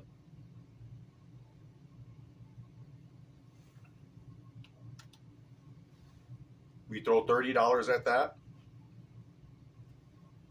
We're winning, what is it, 81 bucks, $81. That is not a bad play, guys. That Drew Dober line is really good. In fact, Drew Dober might be better than Kai Bralo. You put Martin Bidet and Drew Dober as the play, right? You're at plus 185. And I know that Bidet is like close to even money. Joey, these everybody say, why do it? They're close. But that's a good parlay right there. Right there, that's a good parlay. You throw them in a Trixie with, who's our other, like, or Cody Brundage? With Cody Brundage at plus money, and I know it. We're up at plus 562, and that's why we do the Trixie with that. We put them in a Trixie, not for a full 100. Let's just put them at $60. You're going to win $200. That's not a bad Trixie right there. Martin Bidet at minus 107, Drew Dober at minus 215, and Cody Durden at plus 132.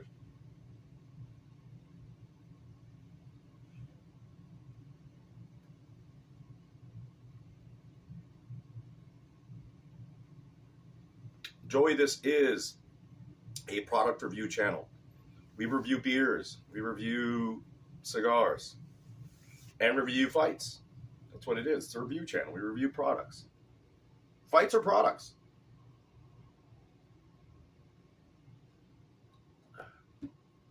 No, real new. Dober.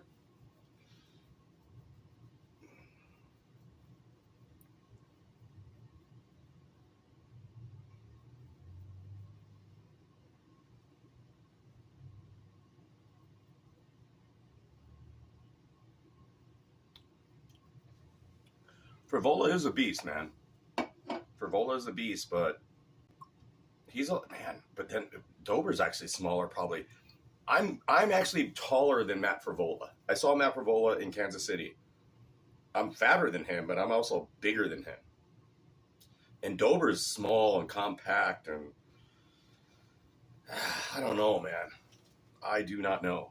And Frivola's chin, I think, I think I think people are gonna juice that number. I could be wrong. Of course I'm wrong. Could be wrong. Fucking lost so many bets, guys. I'm not here like, oh, we're at this and like these. I'm not gonna drag on not gonna talk about other cappers out there, other people doing this thing, doing their internet gambling thing. All right, then not do that. Then stick to like Martin Bidet and Cody Durden as a parlay at plus 350. Actually, that's better than adding Durden. I mean, that's a good parlay, right? That's a good parlay right there. Yeah, add Brajo in there, in that Trixie. $60 Brajo instead of Durden. I'm sorry, instead of $60 wins. Yeah, that's not bad. Decisions, guys. I think we've Dober has a good chin and hits hard through rounds. I can't get the McKinney KO out of the head, but my best bet is just to let it play too much. Yeah, man. I mean, we got to make smart decisions here. Like, our money is not free. It's not cheap. We got to be careful at the end of the day of all the things that we do play, but you got to gamble. Like, you got to gamble. Well, Brian has not been sharing the hockey picks with me lately, so I haven't been playing any hockey bets, real news. But we're skeptical a lot of like the Jets, although I want to get a Jets jersey. I think the Winnipeg has one of my favorite jerseys in all hockey, so I'm going to get me a Winnipeg Jets jersey. I work in the airline industry. Love my Canadians, as you know. Love that jersey. The Canadian flag with the jet. That shit is sick. That's one sick ass fucking jersey. And I want the Jets to win. I'm very pro Canadian when it comes to hockey, but you can't let your emotions determine that. You know, I'm on that Rangers.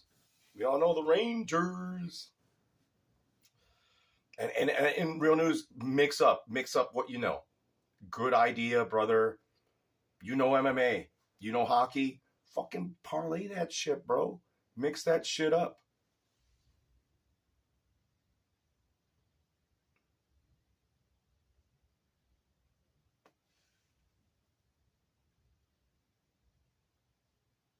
You have that knowledge. I wish I knew hockey more and was more confident. But yeah, man. Definitely mix up those hockey picks with some of these UFC picks. Do it like people do the UFC or other things with basketball. We got basketball going on right now. Smeagol says, yeah, I got to go with Dober. That man will fight hard for your money. Yeah. We got a lot of guys who will fight hard for your money. It's not just fighting hard, though. We just like that's the problem with Dober. Eventually, that style is just it's gonna get him, both from a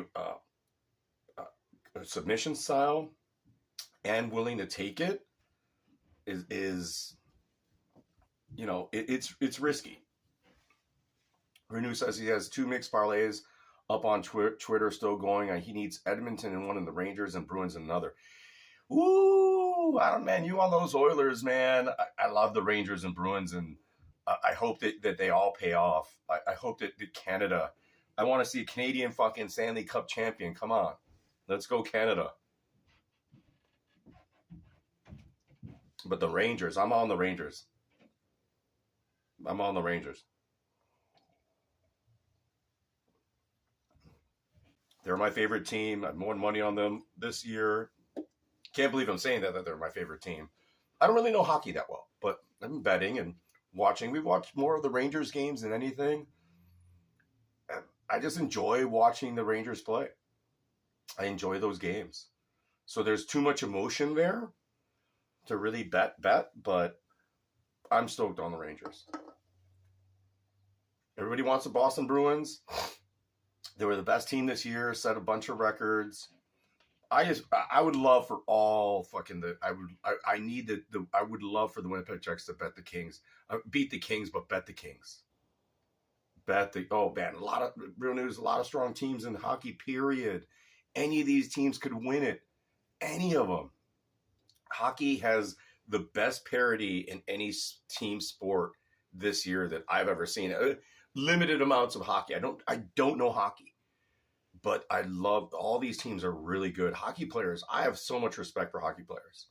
Not newfound respect because I used to party with the hockey guy. I told you guys that, and that motherfucker could drink, and even though he was like 120 pounds wet, I loved him having my back at the bars, and we used to hang out. Yeah, hockey guys are tough. Other than MMA guys, hockey guys are pretty damn tough, man. Those guys got great cardio. They're tough people. They have no fear. Hockey guys have no fear. Unlike football guys, like I heard that I was trying to tell the story about when Bas Rutten was here, or not here in Chicago, but he was at a party, and he was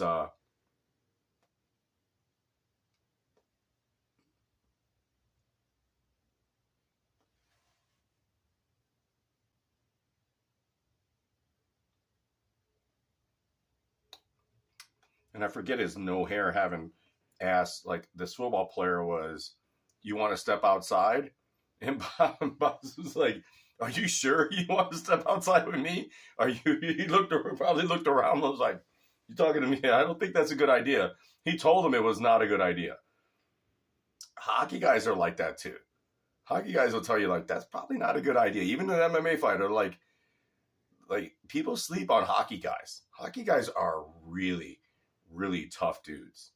Those dudes, they got cardio for days and they have no fear. They regardless of the skill, they have no fear. Unlike basketball guys, football guys, they're afraid of getting hurt. Hockey guys throw their fucking bodies around. They're not afraid to get hurt. That's what makes them like extra caliber kind of fighter guys. Nobody ever talks about that. But hockey guys can fight. They're good at golf, but they can fucking fight. They fight. Part of their sport is a little bit of fighting, but do not fuck with hockey dudes. Don't fuck with a hockey player.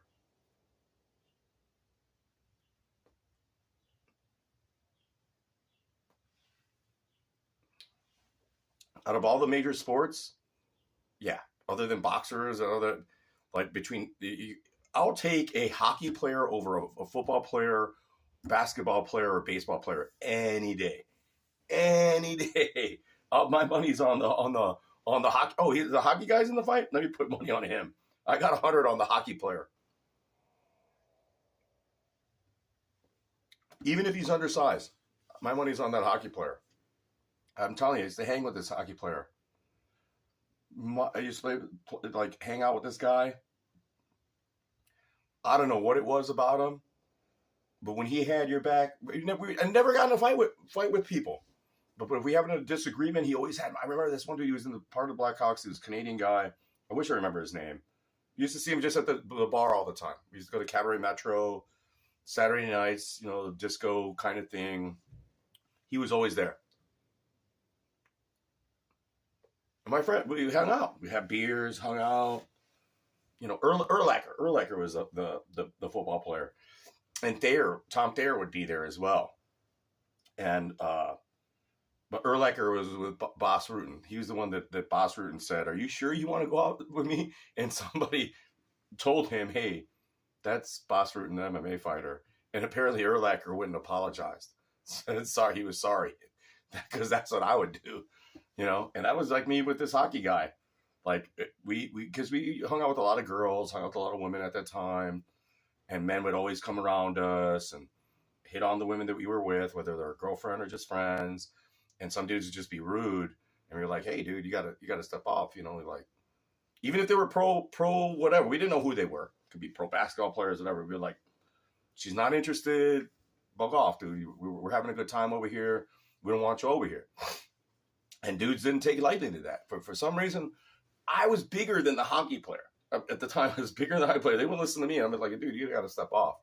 And they'd be looking at me, "Oh, whatever." And then when he come up, it was, even though he was smaller than me, it definitely registered to these guys like, no, we need to, like, they understood, like, he was a pro hockey player. He was a Blackhawk. Like, we understand. We're no problem, man. We're gone, man. Sorry. Like, they would step off. This dude was small. He had no teeth. Like, his teeth were gone. Nice guy. Bought us all drinks, would buy us drinks all the time, and dance with us, hang out, man. Such a cool guy.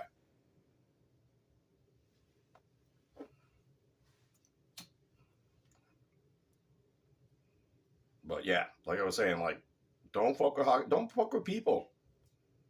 Don't look for that smoke. That's the way to survive. I'm fucking 53 years old. I've had enough fights. I ain't trying to prove shit to nobody, but you don't want to fuck with me either. You don't want none of that smoke. Some of us will fight for your money. We want to go home. We're the ones going home, not to the hospital. We want to go home. I want to sleep on my bed, not on a fucking hospital bed. Even drunk.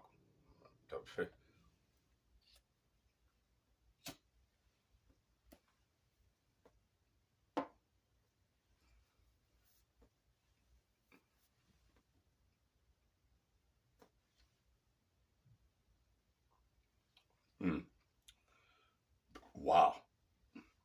This cigar is so much better. It's not just the booze.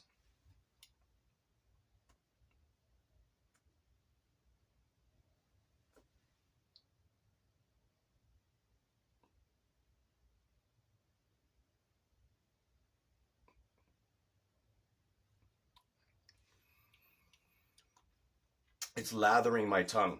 I love that. I could taste the oils now. Finally, because it heats up. At the finish, the oils are so much better. A lot of novices won't want to smoke a cigar this far, But this is when you really find it, like what makes a cigar a cigar. I've always mentioned this, when you can smoke it to a nub, when you can smoke it and you want to smoke it all the way through. I love the latheriness of this. It's a soft sweetness with lots of wood, lots of cedar. So excellent. I didn't provide a rating for the cigar or the beer yet. The beer is highly drinkable. I'm not going to give this a high rating. It's just not flavor rich. It's two-dimensional.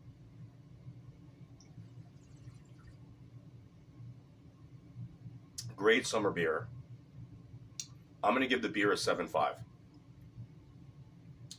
Not super juicy. That hint of pine is there. I like that. The grapefruit is not as pronounced as you go through it. Highly drinkable.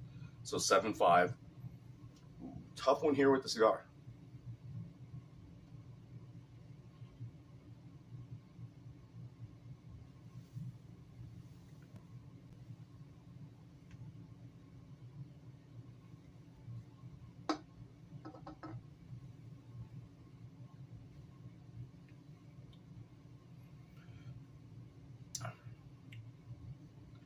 The cigars in that same range, I think a little bit better. I'm going to give it a solid 8. A firm 8. Burns well, burning even, great draw. Again, two-dimensional. 2 dimensions. Like there are 2 notes that are very strong. It has that nice little soft sweetness to it with a strong cedar or wood taste, more cedar than wood. With aging, and I want this, what I would do with this cigar is I would marry it with some of my richer cigars. I'd put it with some other cigars. Some people don't like doing that. They want to keep their cigars separate so that the flavors are consistent, et cetera, et cetera. I would put this with something that's more like my Maduros, so that hopefully some of the oils and some of the things transfer over and there's more of a marrying of flavors. I don't mind doing that. I know a lot of cigar purists might not enjoy that. They want to keep them all separate and keep that flavor being set or definitive. I wouldn't with this cigar. I think it needs a little enhancement from some other cigars that I have that could probably complement it. And yeah, guys, when you put cigars in your humidor together, there's going to be a marrying of flavors. The flavors are going to change. They're going to help each other. There's things going to be happening that they're not going to stay as consistent. Most cigar purists want to keep their cigars. They're like, oh, I bought a box of cigars. I'm going to keep that on this level and the other cigars on this other level. So that's what they're going to do. I don't like doing that. I actually don't mind them marrying each other. Maybe they complement each other. I don't think that it could hurt the cigar. I don't mind mixing them up. A lot of people do. They don't want them. Purists don't want to have a marrying. They want to mix them up. They want the flavors to be with that cigar, see how it ages. Over time, maybe they feel like it's like mixing a wine. I disagree with that. I think some cigars need that assistance, and it's okay to put some cigars close or with some other cigars. If they're well vintage cigars already, do not put your vintage cigars with a young cigar. Vintage cigars that are already, like we had a few vintages here before, that the cosecha. If it's already an aged cigar, leave those alone. Put the aged cigars with themselves. Don't let them marry with any other cigars, because it could fuck up that cigar for sure. I agree with that. It could totally fuck it up. But if you're like just have a bunch of young cigars and cigars that are like this with a couple other ones, I don't think it'd hurt it.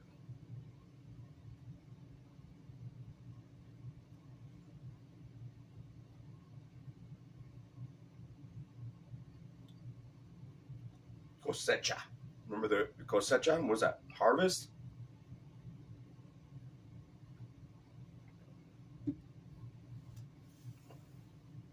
La cosecha.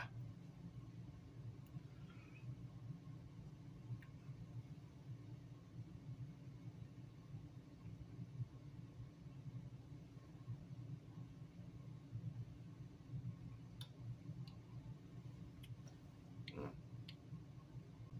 It's a nice cigar.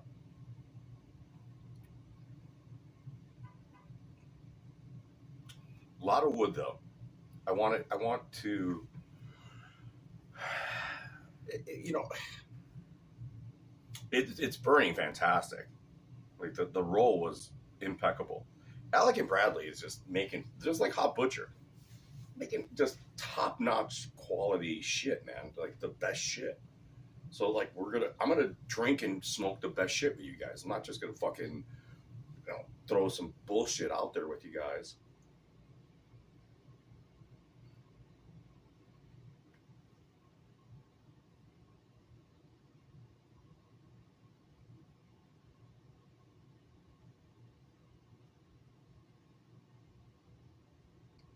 Mm.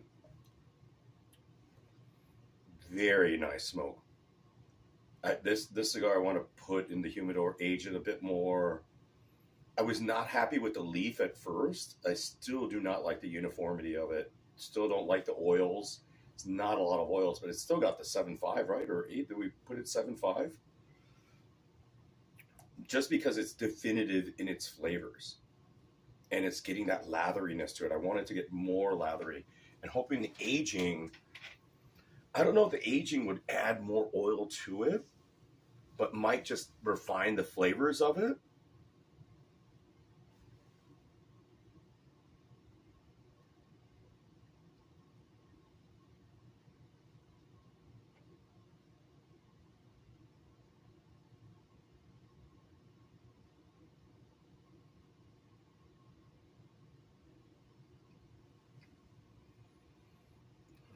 Very unoffensive, very soft on the nose, soft on the palate, just like the beer.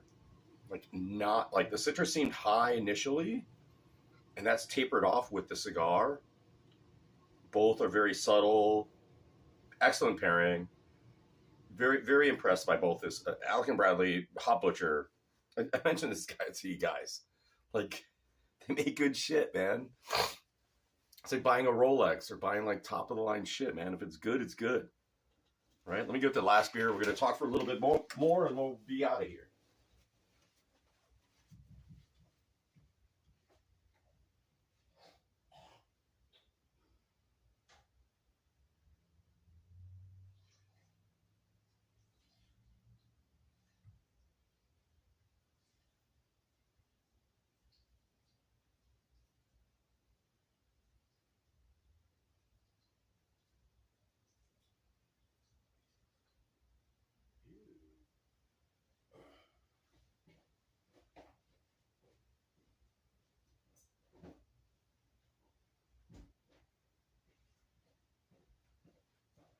Live from Chicago.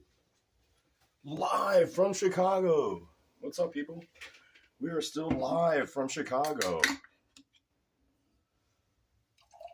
One thing, real news, we were talking about, like you mentioned, the fights. We haven't seen a lot of fights in hockey lately, which is smart, right? Because like when they fight, there was more penalties, more likelihood of getting eliminated from the games. I like that there's not fighting. Fighting should not be the aspect of hockey. It's a game. It's a sport. It's a skill sport.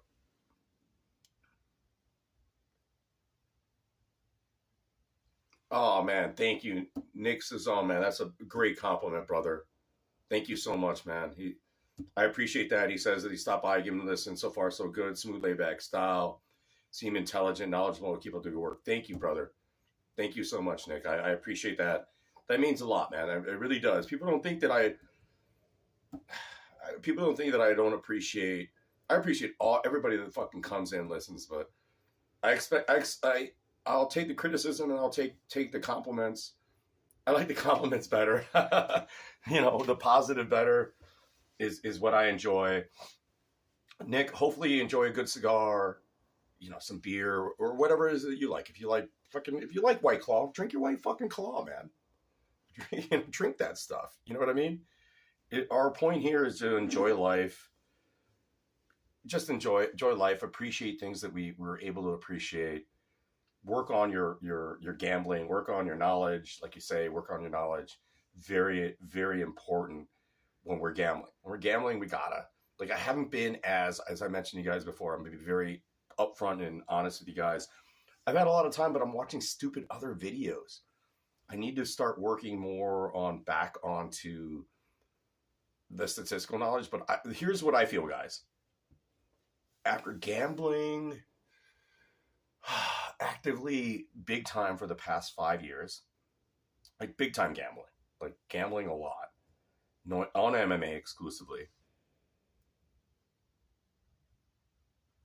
and watching MMA for the past 30 plus years, I'm I don't I get the statistical. I mean, I already know most of these fighters.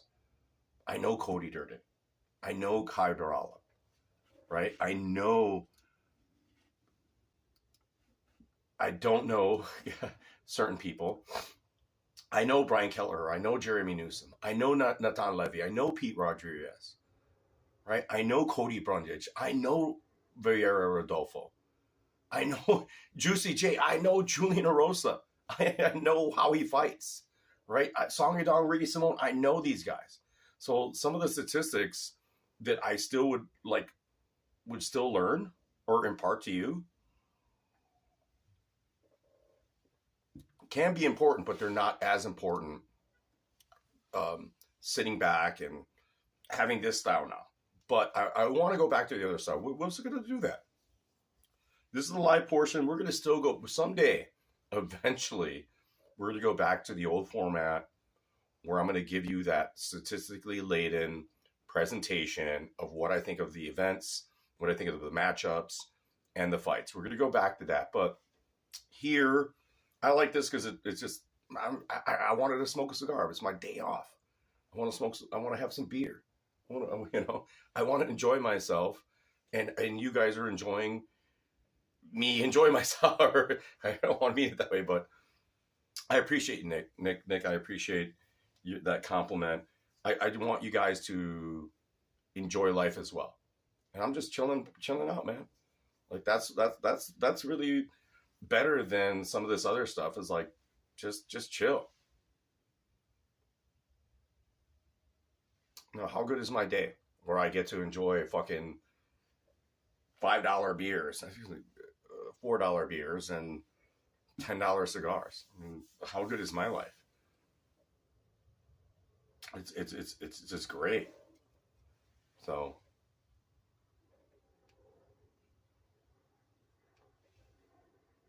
I already go back, Nick. If you just joined the stream, you could go back and look at what the picks I had. I'll review them quickly with you. We are on Martin Bidet as our main bet on the money line, $50, just $50 at -107. And then we are looking at Kai Brallo and Rodolfo Vieira by submission. Those are our two prop bets. And Cody Durden was the other money line bet. We're looking to possibly utilize Drew Dober as a parlay piece. That's the big other discussion. So take it what you will. Always bet within your means. Always, like, we're gamblers. You can listen to other people, but go have a cigar. Go have a beer and enjoy your life. Make wise bets. Like, go listen to other people. Go to Brady at DFS by the numbers. I always mention this. I always mention other people. Like, I always enjoy watching Ranj and Dave do their show. Right? Watch people that you enjoy. Like, you don't want to watch my show? I get it. I don't have the numbers. Don't care.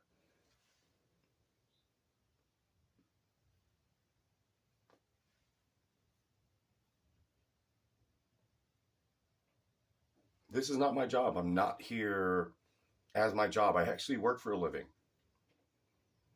like people say. So when I use my hard-earned money to gamble, it's my hard-earned money, and I got an easy job. I got an easy job.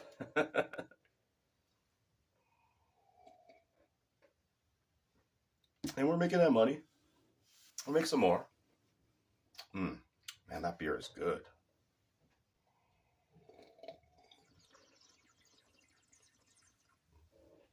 Crisp.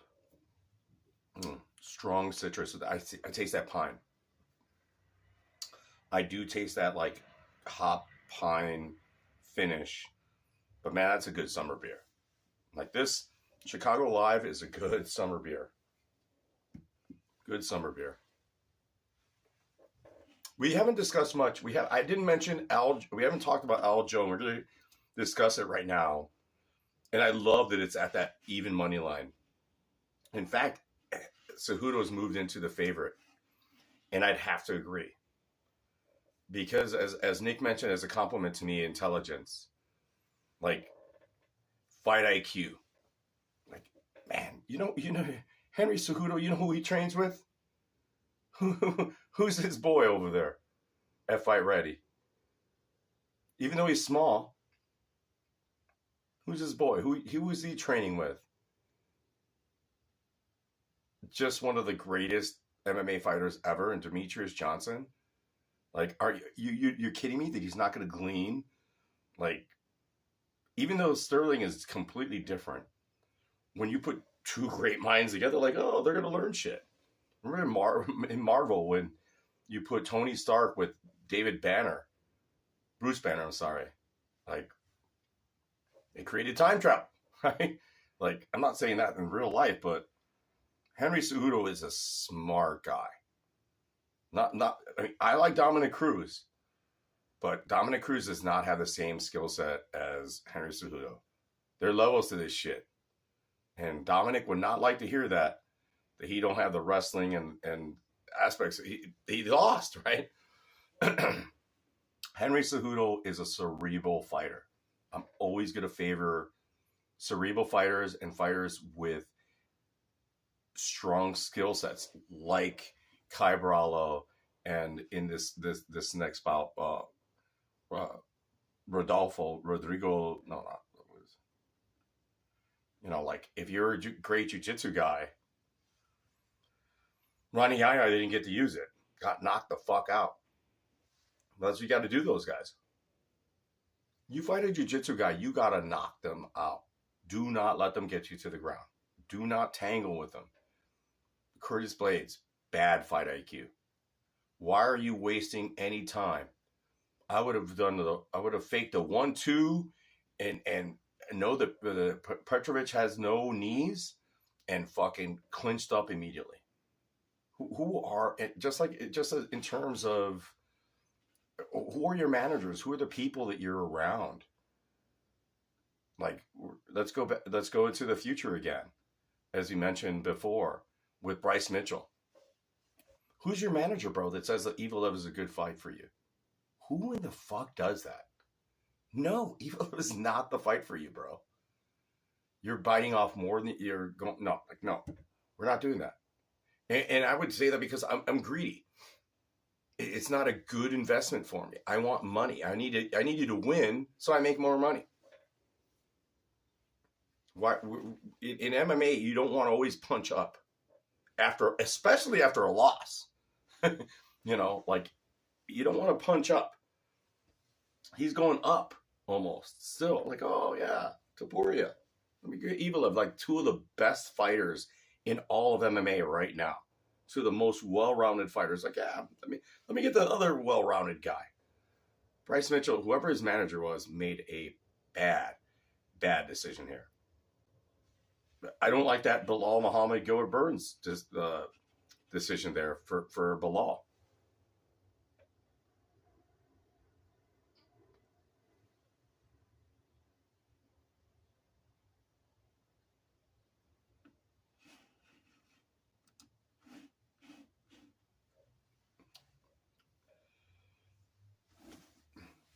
Some of these fighters are, they want to do what they want to do.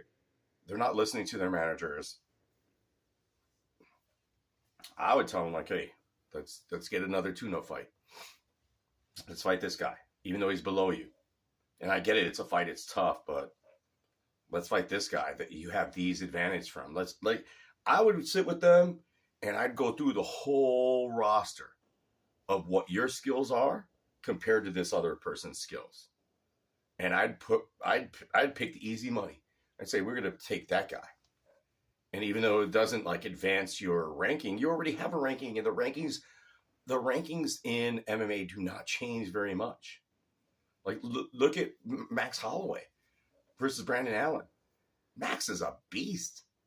Max fucking took that. He didn't have to take that fight. It made no sense for him to take that fight against that fucking beast of a man.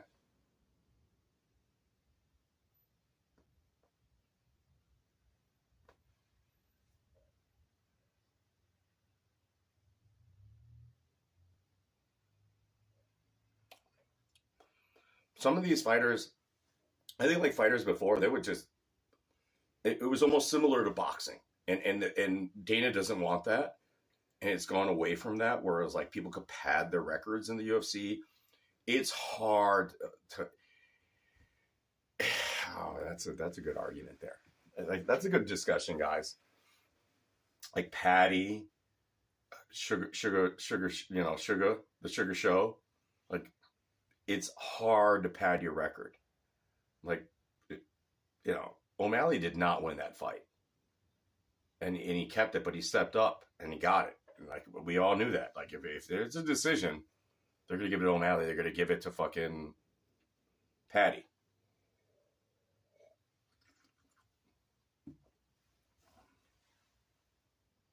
But those are the two MMA, UFC darlings right now. And they're going to get exposed. They're going to get exposed. Patty's going to get exposed. Because you cannot cheat in MMA in fighting. There's no shortcuts. There's no, shit could happen.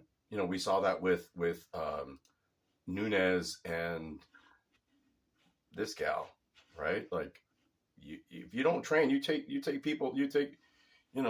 Juliana Pena for granted. That woman's a fighter.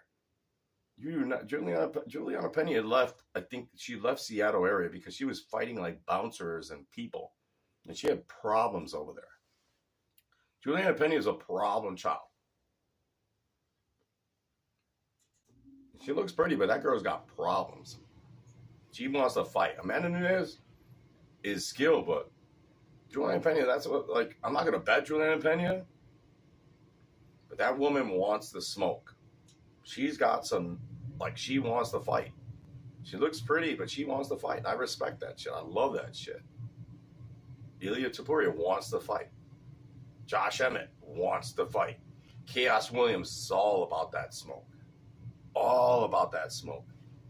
Gilbert Burns is learning that shit. After he got his ass kicked, after Kamzat fucking pieced him up, Gilbert Burns realized, like, I want to be all about that smoke. I ain't fucking going through that again. Same with Henry Cejudo against Sterling. All about that smoke.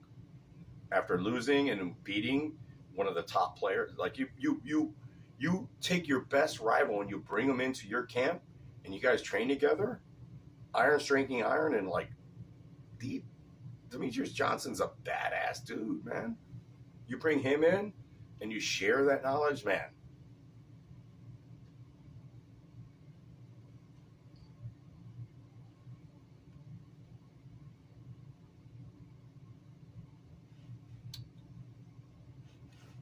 Development, guys. Developing your skills in life and in fighting is important. I've had a lot of skills and whatever. I do a lot of different shit. I'm not a successful person, but I've been successful in a lot of things. Right? Like, keep developing your skills. Keep the mindset of wanting to learn, to improve, and then stick to the standard. Like in my business, we have standards. We got to do certain things. Do those fucking certain things. It's not that hard.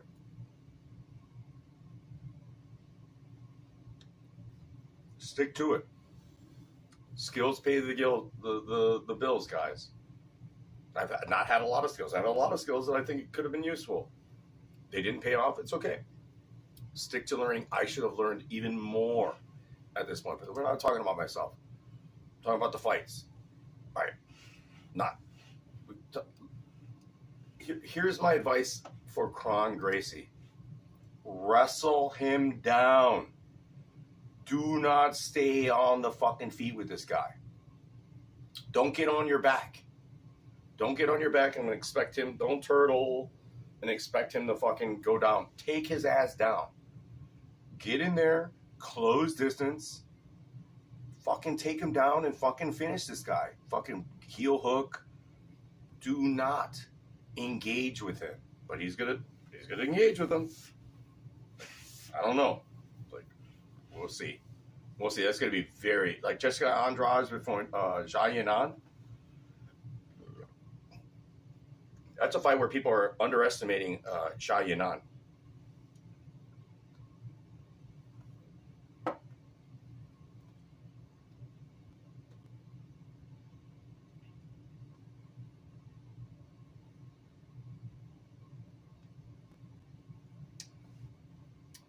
Runu saying he went backstage a few times the past couple of weeks trying toward going live. I don't know what you mean by that, going backstage, but yeah, man. Dude, I got this shit on my phone. I don't even have it on.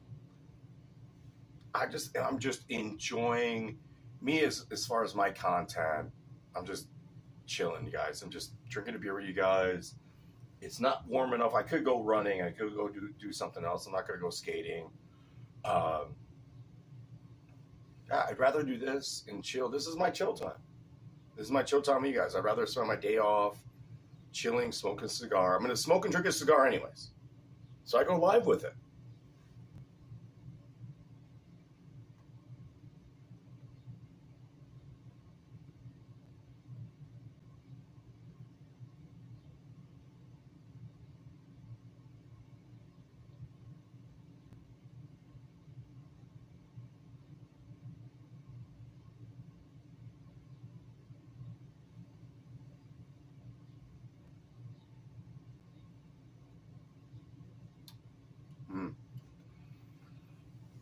Love the finish now.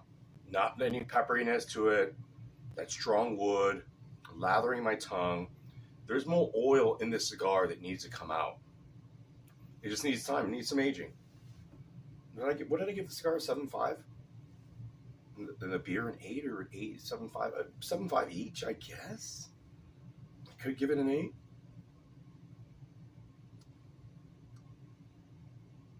Not a bad cigar.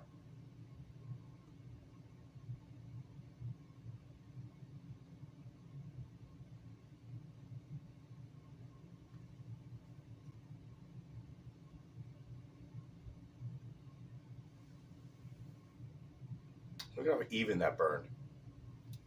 Rolled by a master. That's the other thing, guys, that we forget that people make these things. It's hand rolled. Like it took time to make this thing. Just like the beer. Handcrafted.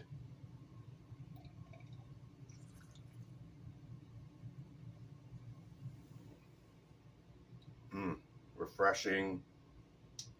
That pine, I get it. That pine, I don't know how they did that. The grapefruit is not as pronounced.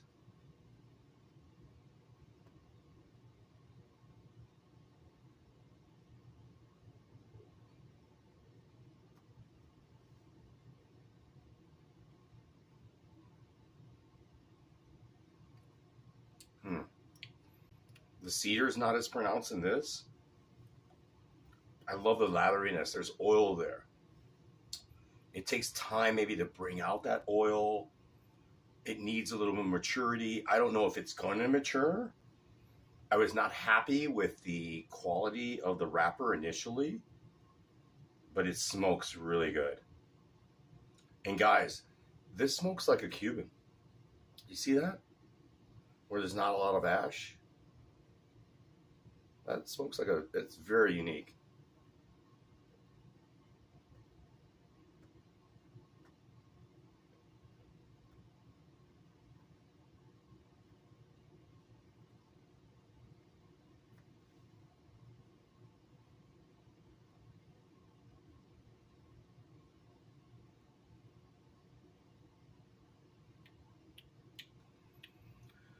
Lots of oil on the finish.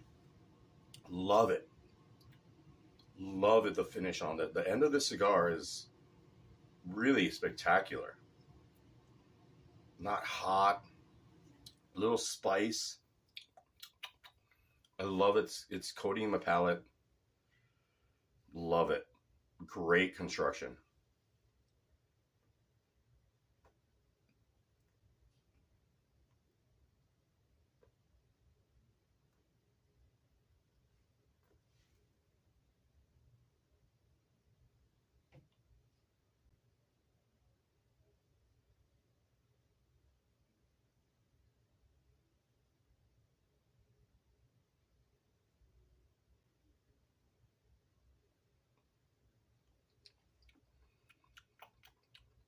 Mm, that's lovely.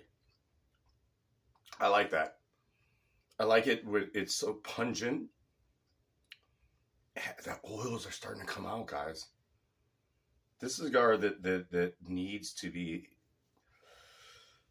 I haven't built the cigar collection as much. Like gambling, doing all these things costs money, right? So, yeah, but I love bringing cigars like this to you. This is the Magic Toast, the Alec and Bradley Magic Toast. I see why they call it Magic Toast. It is toasty. It's toasty. Very interesting characteristics, especially at the end here.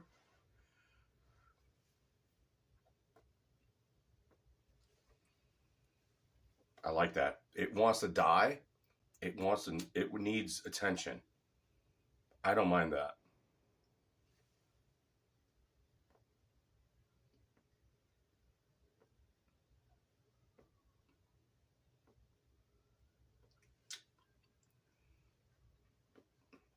It's the end of the cigar, guys. So all the oils have been filtering through, just like a joint. We don't want to relight a cigar like this as much.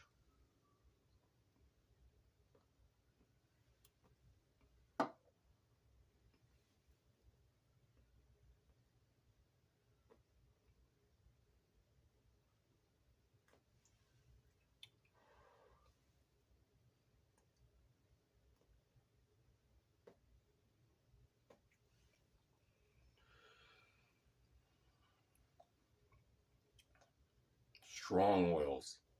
Wow. Very different. Very, very, very different, guys.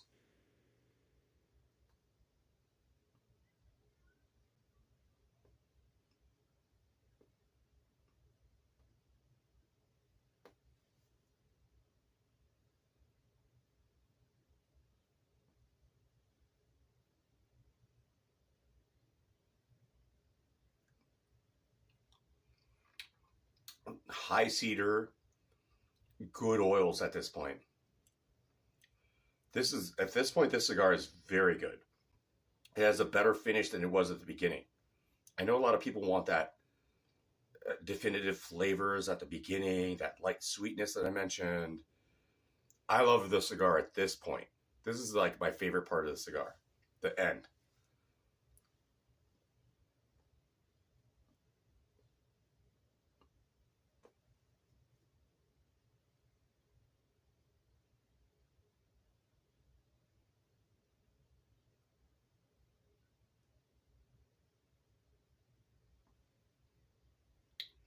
Excellent burn, incredible construction. Look at that. Look at that shit. You guys don't realize how good that fucking burn is. Burns evenly all throughout the cigar. Heavy lathering on the finish. Needs that attention, but my goodness, the finish is really good.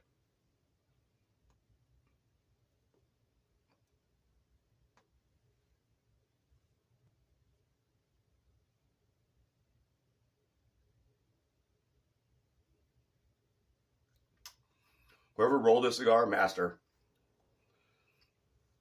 Think about a person rolled this. It's handcrafted, guys. This is done by somebody that is the best of the best. This is the crafter of this cigar. 10. Whoever rolled this cigar is the best of the best. best of the best who rolled this cigar. Alec and Bradley, Magic Toast. Excellent cigar.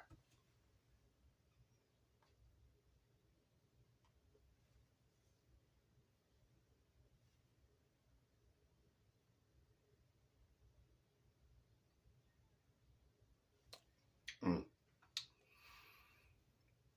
Incredible cigar. I'm going to have to rate this as a 9. We have a 9 club again. I didn't think it would be, but the end here is so good. Guys, this is like, you have to smoke the cigar all the way through. And if it were a shitty cigar, not the buzz, I would just put it down. Excellent cigar.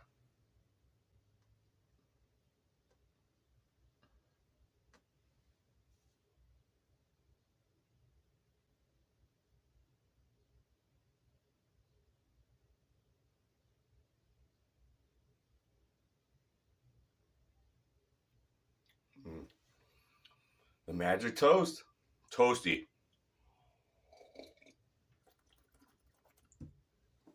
Mm. Oh my God. It's so good with this beer.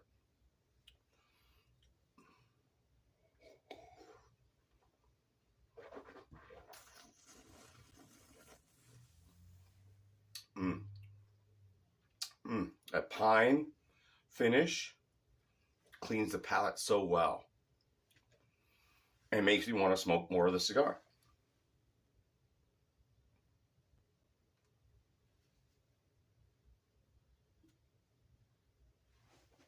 You gotta take a peek.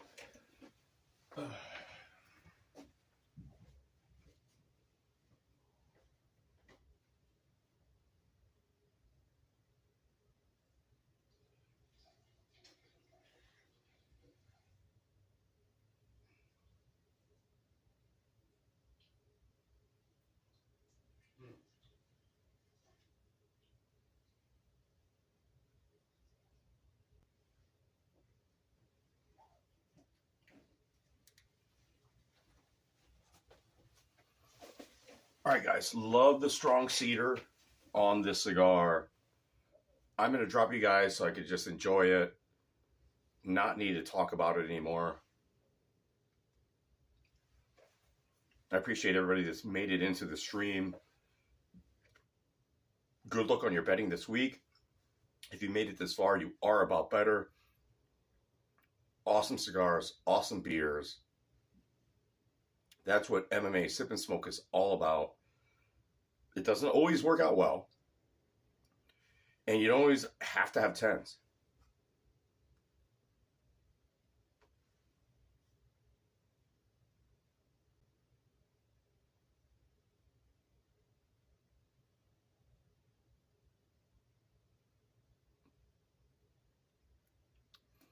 What I like about this cigar right now is that latheriness.